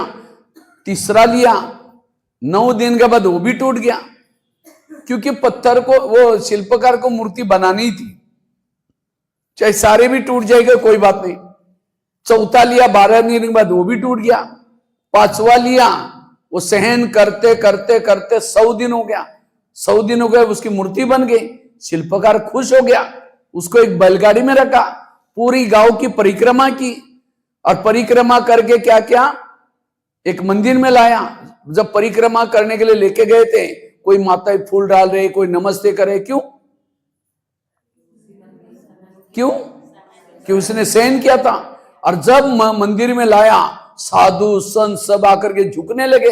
उस पत्थर को लगता है मैंने तो 100 दिन सहन किया, सारे मेरे सामने झुक रहे। फिर उस मंदिर की मूर्ति प्रतिष्ठापित किया, सारा कार्यक्रम पूरा हुआ। लेकिन अब सीढ़ी चढ़ने के लिए बाकी थी, सीढ़ी चढ़ने के लिए सीढ़ी बनाना बाकी थी। और उस शिल्पकार को लगता है इधर उधर से लाने के बजाय जो टूटे उनको ज्वाइन करता है। सबसे पहला सीढ़ी में कौन सा लगाता है, जो 6 दिन के बाद, 3 दिन के बाद टूटा था उसको लगाता है। सबसे कम सहन किया हुआ, जहां सब चप्पल उतारते, ऊपर लगाता है 6 दिन वाला, उसके ऊपर लगाता है 9 दिन वाला, उसके ऊपर लगाता है 12 दिन वाला। और अंदर तो मूर्ति थी, तो लोग मंदिर में जाते तो क्या करते, चप्पल कहां उतारते हैं। जिसने सबसे कम सहन किया था पहली सीढ़ी के ऊपर, और ऊपर जाकर के पहले सीढ़ी का भी दर्शन करते, ऊपर की पहली, जिसने 12 दिन सहन किया। और मूर्ति अंदर जाते तो एक दो मूर्ति है, वहां सिर झुकाते, प्रसाद चढ़ाते, उसकी पूजा ज्यादा होने लगे। तो एक दिन पहली सीढ़ी दूसरी को कहते हैं, ये लोग हमारे पर गंदी गंदी चप्पल उतर करके कहां जा रहे हैं। तो तीसरी ने कहा, जब हमारी मूर्ति बन रही थी उसने, हमने सहन नहीं किया, जिस पत्थर ने सहन किया उसका दर्शन करने के लिए लोग जा रहे हैं। देखो, भाग्य सबके सामने आया था, लेकिन उन्होंने क्या नहीं किया, सहन नहीं किया। अब शिल्पकार ने थोड़ी सोचा था मैं 5वीं को मूर्ति बनाऊंगा, बाकियों को सीढ़ी में लगाऊंगा। शिल्पकार का सभी मूर्ति के पीछे भाव था, मैं इनको मूर्ति बनाऊंगा, लेकिन उन्होंने सहन नहीं किया। पश्चाताप करके फायदा क्या। इसी तरह बाबा भी परम धाम से आता है, और बाबा को एक लक्ष्मी नारायण के समान मूर्ति बनानी होती है। और उसके लिए बाबा क्या करता है, महाराष्ट्र, एमपी, यूपी, देश विदेश के कई पत्थरों को इकट्ठा कर लेता है, और उसके ऊपर छने रतोला लगाना शुरू करता है। तो कुछ समय के बाद हम रोना शुरू करेंगे, बाबा सब मेरे को बोलते रहते हैं, मैं कब तक सहन करूं। जब रोना शुरू करेंगे, बाबा उस पत्थर को साइड पर रख देगा, फेंकेगा में नहीं, सतयुग में लेके जाएगा, यूज करेगा। जिन्होंने सहन नहीं किया ब्राह्मण बन करके सतयुग में जाएंगे, लेकिन कहीं ना कहीं दास राशि में तो लग ही जाएंगे, सीढ़ियों में तो लग ही जाएंगे, राजा तो नहीं बनेगा ना। तो राजा बनने के लिए सहना पड़ता है, बिना सहन करते कोई राजा, जितना सहन करेंगे उतना पद ऊंचा मिलेगा। जितना जिस पत्थर को हैमरिंग लगती है, उतनी मूर्ति भी सुंदर बनती है, उसकी पूजा भी, उसकी कीमत भी ज्यादा होते हैं। इसलिए आज ये सहन शक्ति की कमी आज योग न लगने का कारण है। इसलिए मुझे सब कुछ सहना यही हमारा गहना है। बाकी गहने पहनो नहीं पहनो, लेकिन कौन सा गहना पहनो। जिसने सहन करने का गहना पहन लिया, उसके भ्रुकुटी में आत्मिक स्थिति का तिलक लग जाएगा। जिन्होंने सहन शक्ति का गहना पहना, उसके हाथ में दृढ़ता के कंगन होंगे, वो दृढ़ता में रहेंगे। दृढ़ता सफलता की चाव। आज हमारी दृढ़ता क्यों नहीं है, क्योंकि सहन शक्ति नहीं है। जो सहन शक्ति का गहना पहनेंगे, उसके पांव में उमंग उत्साह के पायल होंगे, वो उमंग में रहेंगे, उत्साह में रहेंगे, आज कई तो मरे पड़े रहते, चेहरे में कोई उदासी है, क्यों? सहन शक्ति नहीं है। कहते मेरे से नहीं होगा, हम नहीं कर सकते, उदास है। क्यों? निगेटिव, सहन शक्ति नहीं। जो सहन शक्ति का गहना पहनते हैं उसके मुख पर, चेहरे पर मधुर मुस्कान की लाली होगी। आजकल चेहरा अच्छे दिखने के लिए क्या लगाते? लाली लगाते। अब लाली तो लगाई, चेहरा मरा पड़ा, फुला हुआ, लोग तो डर से पता नहीं क्या हो गया। हाँ? तो चेहरे की सच्ची शोभा है मुस्कुराना, लेकिन कौन मुस्कुराता है? जो सहन करता है, जिसमें सहन शक्ति नहीं, गुस्से वाला है, वो कभी मुस्कुराता भी नहीं है। जब सतयुग में लक्ष्मी नारायण आते हैं, गेट के ऊपर 2 पहरेदार होते हैं, वो क्या बोलते हैं? लक्ष्मी नारायण पधारे करके आवाज लगाएंगे, और खड़े कहाँ रहेंगे? चप्पल के पास। क्यों? उन्होंने भी योग किया था, उन्होंने भी ज्ञान सुना था, लेकिन वो ड्यूटी क्यों मिली उनको? क्योंकि उन्होंने सहन नहीं किया था, और इसीलिए वो चप्पल के पास वो ड्यूटी मिली। इसीलिए बाबा कहते बच्चे, ये सहन शक्ति को बढ़ाओ। आज क्यों सहन नहीं होता? कहीं को लगता है मुझे और कुछ नहीं, जिसको मैंने पढ़ाया, छोटे से बड़ा किया, वो जो बेटा मुझे बोलता है, उन्होंने मुझे ये किया। इस संसार का नियम है, जिसका भला करेंगे वही आपका। एक बार एक लोहार था, और उसी के बाजू में एक सोने का दुकान था। तो लोहार क्या करता? अपना घन लेकर के, बड़ा हथौड़ा लेकर के वो लोहे को पीटता रहता है। तो एक दिन उसका एक टुकड़ा, लोहे का टुकड़ा टूट करके सोने के दुकान के पास गया, सोनार के पास गया। तो सोने वहां दुकान में गया, तो सोने का टुकड़ा लोहे को पूछता है, क्या बात है भाई, तुम बड़े चिकते रहते हो, बहुत आवाज आता है तुम्हारे से। तो लोहे का टुकड़ा बोलता है, चीको नहीं तो क्या, तुमको तो पराई मारते हैं, मुझे अपने ही मारते। क्योंकि लोहे का जो गन है, लोहे को पीटने वाला कौन होता है? लोहा। और सोने को पीटने वाला कौन होता है? लोहा होता है। कहते हैं तो लोहा बोलता है, तुमको तो पराई मारते, मुझे अपने ही मारते, इसलिए चिपता हूं। इसलिए अपना ही कोई अगर मुझे तंग करता है तो क्या होता है? सहन नहीं होता। लेकिन वही हमें सहन करना है, इस संसार का नियम है। और जिस बाबा ने हमको भला किया, रात रात बाबा ने पढ़ाया, देवी देवता बनाया, ज्ञानी बनाया, सतयुग में गए, तो सतयुग में सोने के महल में गए, तो बाबा को धन्यवाद बोला, भोग लगाया हमने सतयुग में। बाबा आज हमारे यहाँ प्रोग्राम है, बाबा आप भी आ जाना, वो लगाया। भगवान को तो भूल ही गए वहां। इतना ही नहीं, द्वापर में गए, जिस भगवान ने हमको देवी देवता बनाया था, इतना माल पानी दिया था, इतनी प्रॉपर्टी दी थी, लेकिन द्वापर में जाकर के उसी भगवान की गाली देना शुरू किया। क्या बोला? हे भगवान, तुम कुत्ते में है, बिल्ली में है, टिक्कर में है, पितर में। और क्या क्या गाली देने के लिए हमने माइक लगाया ऊपर, भजन करने के लिए क्या लगाते थे? क्यों? सुन ले। हाँ? और अकेले नहीं दी गाली, औरों को भी बुलाया, निमंत्रण पत्र छपाया। हमारे यहाँ गाली देने का प्रोग्राम है, वंडरफुल।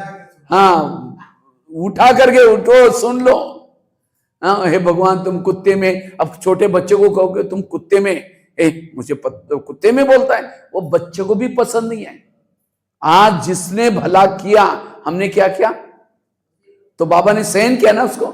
इसीलिए सहन शक्ति चाहिए। अगर सहन शक्ति नहीं, स्थिति बिगड़ जाएगी। इसलिए हमें सहन शक्ति की देवी बनना है, सहन शक्ति का देवता बनना है।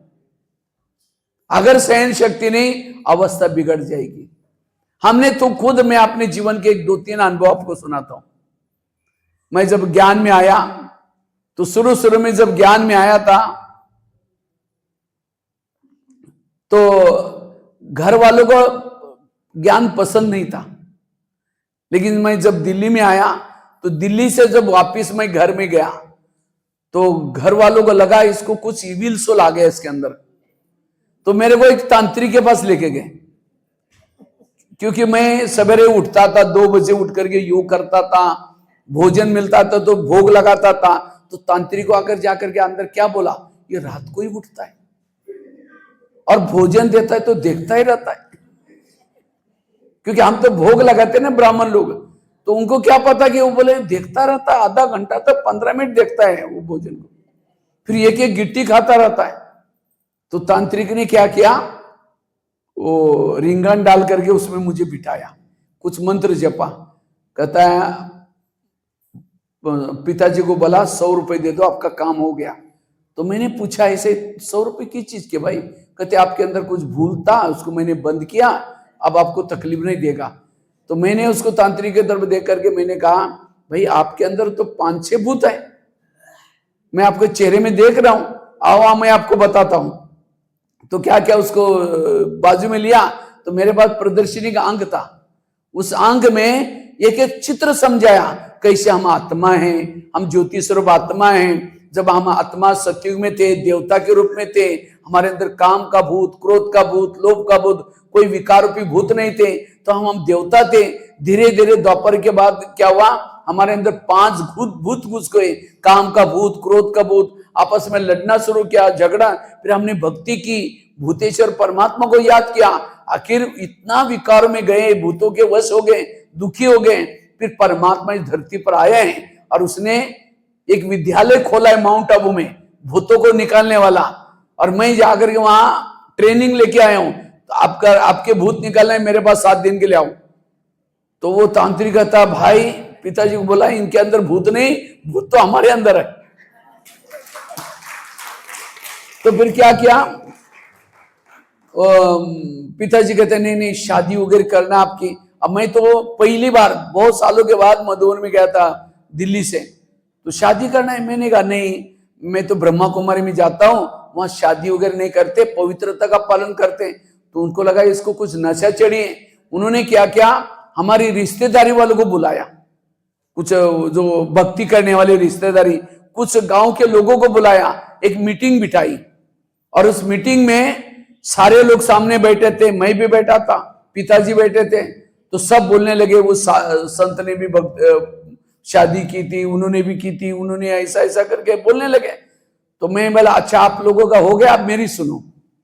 तो मैंने क्या किया, वो गांव वालों को जो रिश्तेदार आए थे उनको प्रदर्शनी समझा के बताई, आत्मा क्या है, परमात्मा क्या है, कैसे हम आत्मा है, सतयुग में देवता रूप में थे, कैसे जन्म लेते लेते नीचे आए, अब युग बदलने वाला है, सतयुग आने वाला है।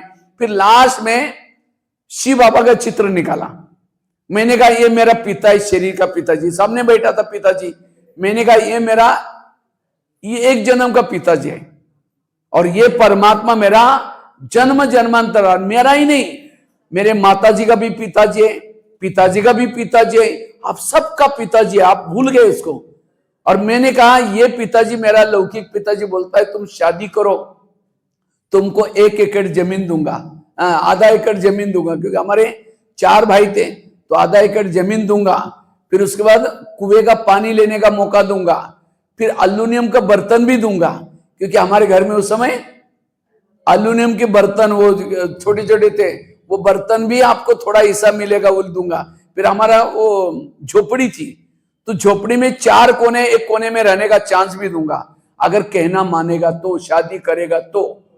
और मैंने कहा ये पिताजी कहता है, ये परमात्मा ज्योति बिंदु कहता है तुम मेरा कहना मानो, तुम इस जन्म में ब्रह्मचर्य का पालन करो, पवित्र रहो, तुमको 21 जन्म तक राजाओं का राजा बनाऊंगा, सोने के महल दूंगा, 21 जन्म तक सोने के महल दूंगा, मालामाल करूंगा। तो मैंने कहा मैं ज्योति बिंदु पिताजी का मानो या इनका मानो, आप ही बताओ। तो सब बोलने लगे भाई ज्योति बिंदु वाले में बड़ा फायदा है तुम्हारा, क्योंकि 21 जन्म राजाओं का राजा बनाएगा। तो पिताजी को कहा इसको कुछ नहीं बोलना, ये बड़ा महान है, इसलिए इसको बस छुट्टी मिल गई।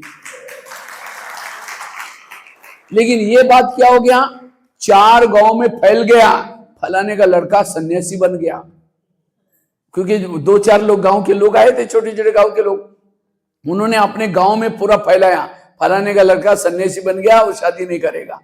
तो उन्होंने अपने बच्चों को भी समझाया तुम लोग उसके दोस्ती नहीं करना, नहीं तो तुम लोग भी सन्यासी बन जाओगे। तो मैं जब भी गांव में घूमने के लिए गया था, दिल्ली से आया था 1 महीने के लिए, जब गया तो मेरे सामने लोग आकर के थूक के जाते थे, कोई बात ही नहीं करता था। मैंने उस समय सोचा ये गांव तो क्या, सारी दुनिया मेरे विपरीत खड़ी रहेगी, मैं बाबा को कभी भी नहीं छोड़ सकता। तो मैं क्या करता था, हर साल जाता था, चक्कर लगा करके निकल जाता, मेरे से कोई बात ही नहीं करता था, मेरे कोई दोस्त भी नहीं। तो मैं क्या करता था, सेंटर पर जाकर सेवा करना शुरू किया। वही समय मैंने 1 महीना कहाँ लगाता था, सेंटर पर। करते करते स्कूलों में सेवा करना शुरू किया, जेल में सेवा करना शुरू कर दिया। करते करते मैंने लगभग 200 जेलों में कार्यक्रम किया था, और लगभग 3-4 हजार स्कूलों में कार्यक्रम किया था। तो उसकी, हमारे गांव में भी कार्यक्रम किया था, हमारे जिले में। तो उसकी न्यूज देने के लिए पेपर वाले के पास गया था। तो पेपर वालों ने पूछा कि आपको ये ज्ञान कहां से मिला। तो उनको लगा ये कोई बाहर से आया। मैंने कहा मैं इसी जिले का हूं। तो मैंने फिर मराठी बोलना शुरू किया। तो कहते आपको ये ज्ञान कैसा मिला। तो बताया कि मुझे एक रद्दी में किताब मिला था, मेरी गरीबी थी, तो मैं रद्दी से डायरी ला करके धुलाई करके लिखता था, और उसी रद्दी में मुझे ज्ञान मिला। और ज्ञान मिलने के बाद फिर वैसे ऐसे इतना कितने कार्यक्रम किया, वो सब लिख करके लिया। और दूसरे दिन पेपर में खबर छपाई, भगवान भाई, तड़ेवाड़ी के भगवान भाई विश्व शांति के प्रचारक। तो मैं वो न्यूज दिया। तो दूसरे दिन मैं अपने गांव में गया, जैसे गांव में गया वो न्यूज पे छपी थी। तो ये उसी दिन गांव वालों की मीटिंग थी गांव में। तो मीटिंग में वो पेपर पढ़ रहे थे, क्योंकि उस समय पेपर में न्यूज आना बहुत मुश्किल रहता था, 40 साल पहले की बात है। तो एक ने मेरे को देखा, अरे ये तो मेरे को बुलाया, और कहे भी तुम्हारा पेपर में न्यूज आया। मैंने कहा ये तो आता रहता है, ये कोई नई बात थोड़ी है। कहते नहीं, आपने तो गांव का नाम रोशन किया, आप हमारे गांव का भी उद्धार करो। और उन्होंने कहा हमारे गांव के बारे मीटिंग इसीलिए रखी थी, गांव के बारे गेट बनाने वाले थे, उस गेट का उद्घाटन के लिए किसी को बुलाना था। तो उन्होंने कहा किसी को बुलाने की जरूरत नहीं, इससे द्वारा उद्घाटन कराएंगे। तो मेरे द्वारा गांव का उद्घाटन, वो गेट का उद्घाटन किया। और उसी दिन स्कूल में भी कार्यक्रम रखा। तो स्कूल में कार्यक्रम, पहले तो मेरे सामने आकर थूके जाते थे, लेकिन स्कूल का कार्यक्रम किया। फिर गांव में भी लोगों को बुला करके इकट्ठा करके कार्यक्रम किया। फिर मेरे को कहा कि आप यहाँ गांव में भी चालू करो। तो गांव में भी पाठशाला चालू की। एक भाई ने तो जमीन दी, एक भाई ने पूरा गीतापाठशाला बना कर दी। और आज वहां करीबन 50-60 लोग आते हैं डेली क्लास करने के लिए। कहां लोग थूक के जाते थे, कहां बात करना नहीं चाहते थे, लेकिन आज वो तो मेरे को कई सालों के बाद जब जाता हूं, मेरे को कहते आप कब आएंगे। हमने कहा भगवान भाई केवल आपके गांव का नहीं, भगवान भाई तो सबका है, सभी तरफ जाते हैं। ये है, इसलिए सहन शक्ति चाहिए। कहीं को लगता है ना, मैं जब स्कूल में भी पढ़ता था, उसी समय सब बच्चे मेरे को चिढ़ाते थे, तुम कहां ब्रह्मा कुमारी में जाते, फिल्म नहीं देखते, ये नहीं करते। मैंने एक कहानी याद रखी थी उस समय, और उस कहानी ने मुझे बचाया। मैं जब भी वो बच्चे बोलते थे, मैं हंसता रहता था। कहते आप क्यों हंसते हैं। क्योंकि मैं ही सोचता था, मैं जब हनुमान बनूंगा, ये मेरे पूजा करने के लिए आएंगे, मैं आप याद दिलाऊंगा, मैं आपको पता है हनुमान हूं। अगर अभी बताएंगे तो उनको हंसी लगेगी, ये हनुमान बनने वाला है। लेकिन मैंने भविष्य को देखता था, यही बच्चे जब मैं हनुमान बनूंगा, जब पूजा करने के लिए आएंगे, मैं याद दिलाऊंगा मैं आपका क्लासमेट हूं जो आप मुझे चिढ़ाते थे। वो कहानी इस तरह से, एक भगत क्या करता है, रोज पूजा करता है। एक पत्थर था, और ऊपर गुलाब का पौधा था, नजदीक मंदिर था। तो गुलाब का पत्थर क्या करता है, गुलाब का पौधा क्या करता है, पत्थर को चिढ़ाता है, तुम तो काले काले हो, तुम देखने में अच्छे नहीं हो, लोग तुम्हारे पर पांव रख करके क्या करते हैं, मुझे तोड़ते हैं, मंदिर में डालते हैं, मैं कितना खुशबूदार हूं। वो पत्थर सहन करता है। तो एक दिन एक व्यक्ति बैठ करके चला जाता है पत्थर के ऊपर। तो और फूल बोलता है, वो व्यक्ति आएगा, तुमको उठा के लेके जाएगा, जो सामने बिल्डिंग बन रहा है उसके नीचे डालेगा। तो भी वो सहन करता है। तो एक दिन व्यक्ति ने उसको उठा के लेके गया पत्थर को, और उसके ऊपर हैमरिंग करना शुरू किया। इतना जिस पत्थर को लगता है उसने मुझे चिढ़ाया, उस फूल ने। अब मेरे पर छने रतोड़े लग रहा है, मैं कब तक सहन करूं। तो भी सहन किया। उसकी एक मूर्ति बन गई। जब मूर्ति बन गई, गांव की परिक्रमा की, मंदिर के सामने रखा, मंदिर में प्रतिष्ठापित किया। वही फूल को कोई तोड़ करके मूर्ति के चरणों में डाला। तो मूर्ति बोलते हैं मुझे पहचाना। तो पत्थर कहता है, ये फूल कहता नहीं पहचाना। कहता मैं वही पत्थर हूं। जो आप मुझे चिढ़ाते थे, आज तुम मेरे कहां पड़े हो? चिढ़। देखो फूल जैसा के वैसा रहा और पत्थर क्या बना? मूर्ति बन गया। इसी तरह आज आपको लोग चिढ़ाते हैं, ये हमारी ओम शांति में जाते हैं, ब्रह्मा कुमारी जाते हैं, इसको कोई अक्ल भी नहीं, ये मेरी भाभी ऐसे, जो चिढ़ाने वाले बोलने वाले आप उसको सहन करेंगे, एक दिन आएगा आप देवता बनेंगे, देवी देवता बनेंगे। कईयों को लगता है यहां भी रोज ब्रह्मा कुमारी में आओ, उठो, ये करो, कब तक? जैसे पत्थर ने क्या बोला, कब तक ये छाने आ रहा तोड़े लगाएगा मुझे, उसको भी सहन किया।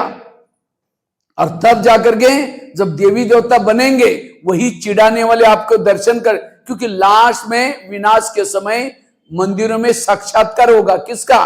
ब्रह्मा कुमार कुमारी दिखाई पड़ेगी, वहां देवी देवता दिखाई नहीं पड़ेंगे, ब्रह्मा कुमार। फिर कहेंगे अरे ये तो मेरी पड़ोसनी है, इसको हम क्या बोलते थे, क्या ओम शांति में गई, बिगड़ गई, और आज देवी के रूप में दिखाई पड़ रहे हैं। इसलिए बाबा कहते बच्चे, कोई घर वाले बोले, पड़ोसी बोले, कोई भी बोले, उसको हमें क्या करना है? सहन करना है। और जो सहन करेगा उसकी स्थिति शक्तिशाली बनेगी, उसकी स्थिति पावरफुल बनेगी। लेकिन आज कभी कभी हमारे अंदर ये सहन शक्ति का अभाव हो जाता है। इसलिए जीवन में आने वाली हर परिस्थिति को हमें सहन करना है, तब स्थिति पावरफुल बन जाएगी। स्थिति बिगड़ने के मैंने कारण बताया। पहला कारण कौन सा बताया? श्रीमत का उल्लंघन करने से स्थिति बिगड़ जाती है। उसके लिए कैसे हमें नियमों का पालन करना वो बताया। दूसरी कौन सी बात बताई? परचिंतन करने से स्थिति, इसलिए परचिंतन से बचना। कोई भी आकर के हमको सुनाता है, हाँ जी करके उसको सुनना नहीं है। हम क्या करते, कहते हाँ अच्छा, और क्या हुआ, और क्या हुआ। जब सुनेंगे तो सुनाने वाला रोज आकर के सुनाएगा। इसलिए परचिंतन, थैले वाली कहानी सुनाई, पीछे का थैला आगे नहीं लेना, परचिंतन से बचना। तीसरी बात कौन सी बताई? सहनशील बनना। कोई कुछ भी बोलता है उसको सहन शक्ति के धारण करो। और लास्ट की एक बात सुना करके मैं पूरा करता हूं। अगर मुझे स्थिति को अच्छा बनाना है तो क्या करो?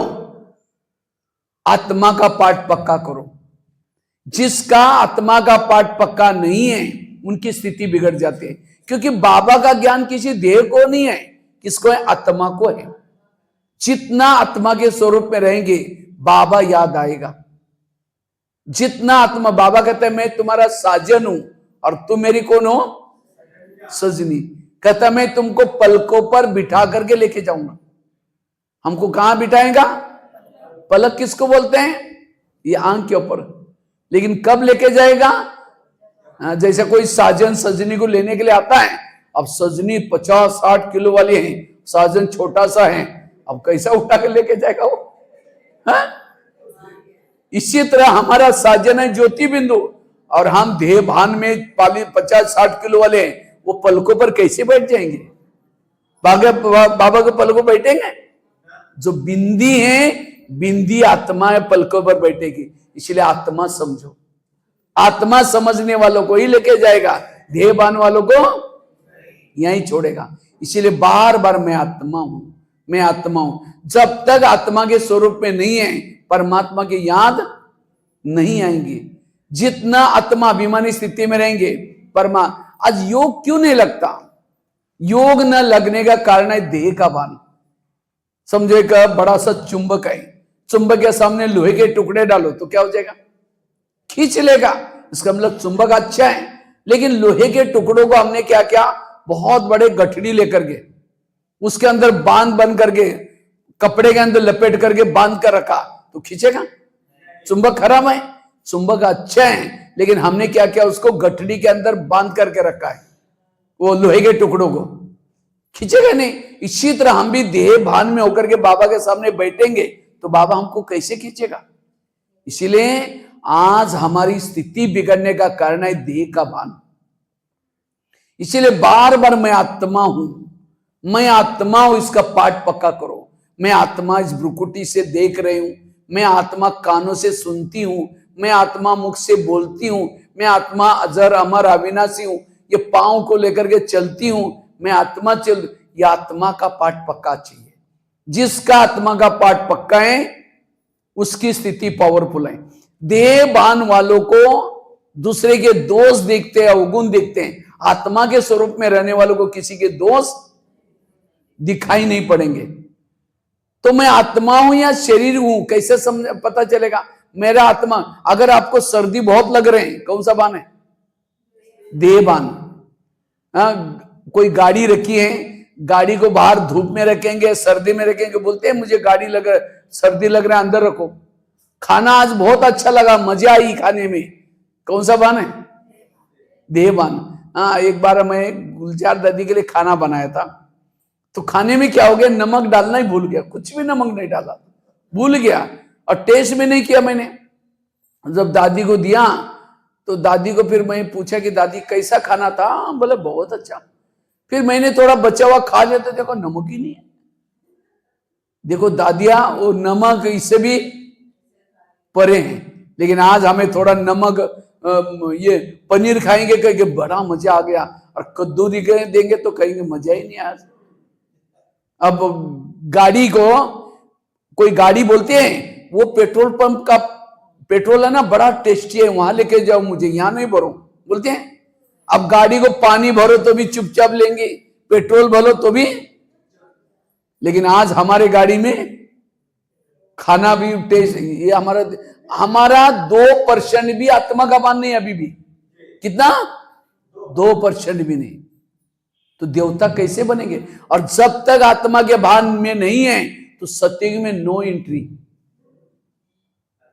आज जाएंगे दासी के रूप में होंगे, पद ऊंचा नहीं मिलेगा। इसलिए ये आत्मा का लेसन पहले पक्का करो। बार बार ब्रह्मा बाबा ने मैं आत्मा हूं, जसोदात्मा कई जगह पर लिखा हुआ था, बाबा रोज इसकी प्रैक्टिस करते थे। ये मेरा पहला ही लेसन अभी तक पक्का नहीं हुआ। फिर कहते सत्युग कब आएगा, कृष्ण कब जन्म लेगा? अरे भाई तुम आत्मा ही नहीं समझा, सत्युग का इंतजार कर रहे, बताओ। इसलिए आत्म अभिमानी बनो। जो आत्मा, जैसे कोई भी घर में भूत रहता है, भूत कहां रहता है? अंधेरे में। इसी तरह ये विकारों के भूत भी कहां रहते हैं? जहां आत्मा की लाइट जली नहीं है। इसलिए आज मेरे अंदर सहन शक्ति नहीं है, गुस्सा आता है। क्यों? मेरा आत्मा का पाठ पक्का नहीं है, इसलिए अभी भी गुस्सा आता है, अभी भी नफरत आती है, कभी काम विकार तंग करता है। क्यों? मेरा अभी भी आत्मा का पाठ पक्का नहीं है। इसलिए सारे ज्ञान का सारा है आत्म अभिमानी बनो। परम धाम से बाबा क्यों आए हैं? आत्म अभिमानी बनाने के लिए। सत्युग कब आएगा? जब हम आत्म अभिमानी बनेंगे। ये 4 सब्जेक्ट हमें क्यों रखे बाबा ने? रोज हमें मुरली सुनना है, क्यों? मुरली को सुनने से आत्म अभिमानी नहीं बनेंगे, मुरली को धारण करेंगे, वो पॉइंट के स्वरूप बनेंगे, तो आप पॉइंट स्वरूप बन जाएंगे। अगर मैं पॉइंट स्वरूप नहीं है तो ज्ञान मेरा शून्य तक है, धारण में नहीं है। कई कहते हम रोज योग लगाते हैं। अगर योग लगाते तो भान कौन सा चाहिए? आत्मा का भान चाहिए। अगर आत्मा का भान नहीं है तो शरीर बैठता है, मन बुद्धि भटकती है, मन बुद्धि बाबा में जाती ही नहीं है। कई कहते हम रोज धारणा बहुत किया है, पवित्रता की धारणा है, खाने पीने की धारणा है। अगर धारणा है तो भान क्या चाहिए? आत्मा का भान। अगर नहीं है, वो धारणा दिखावटी है, असली धारणा नहीं है। आज कई कहते हैं हम बहुत सेवा करते, अगर सेवा करते हैं लेकिन तो भी आत्मा का भान नहीं, सेवा नाम मान सेवन के लिए, रियली सेवा नहीं है, निस्वार्थ सेवा नहीं है। तो सारे ज्ञान का सारा आत्म अभिमानी बनो। और जब हम आत्म अभिमानी बनेंगे, निरंतर बाबा याद आएगा। दादी जानकी जी हर क्लास में कहती थी, मैं कौन? मेरा कौन? मैं आत्मा, मेरा बाबा। इसलिए ये आत्मा का लेसन पक्का करो।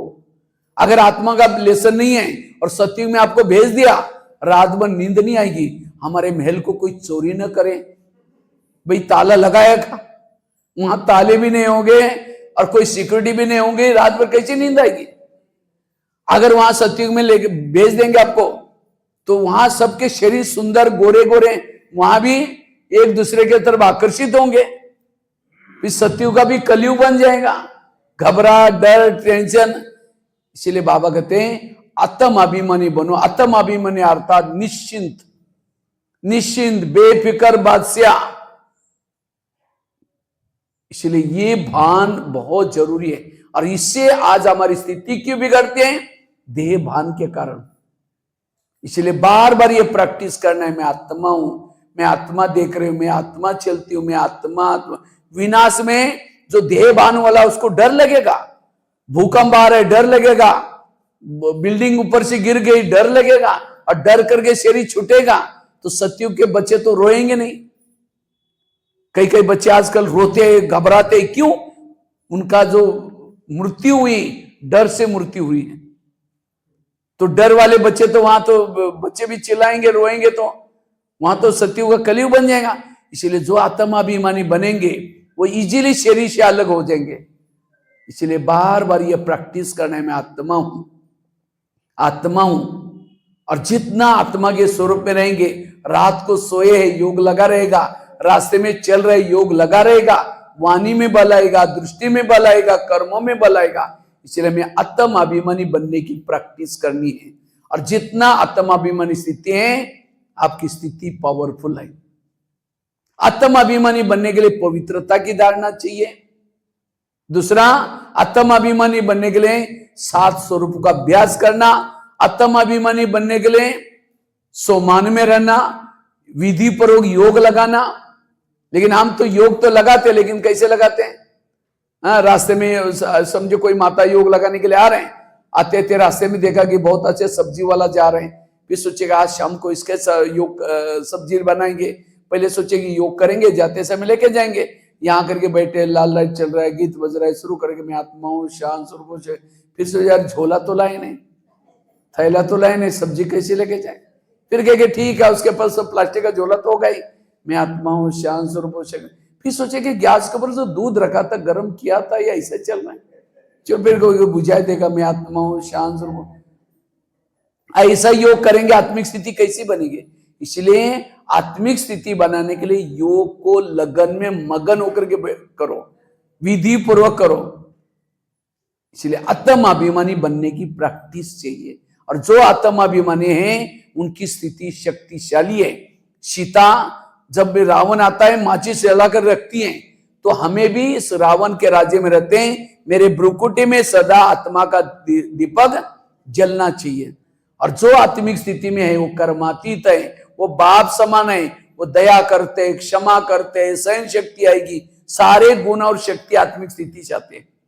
तो यह है पुरुषार्थ। तो अगर ये 4 बातें भी आज पक्की करेंगे, कौन सी? श्रीमत का पालन करेंगे, कभी भी किसी का परिचिंतन नहीं करेंगे, सहनशील बनेंगे और आत्माभिमानी बनेंगे। ये 4 बातों से भी आपकी स्थिति शक्तिशाली बनेंगे, पावरफुल बनेंगे। ठीक है? ओम शांति।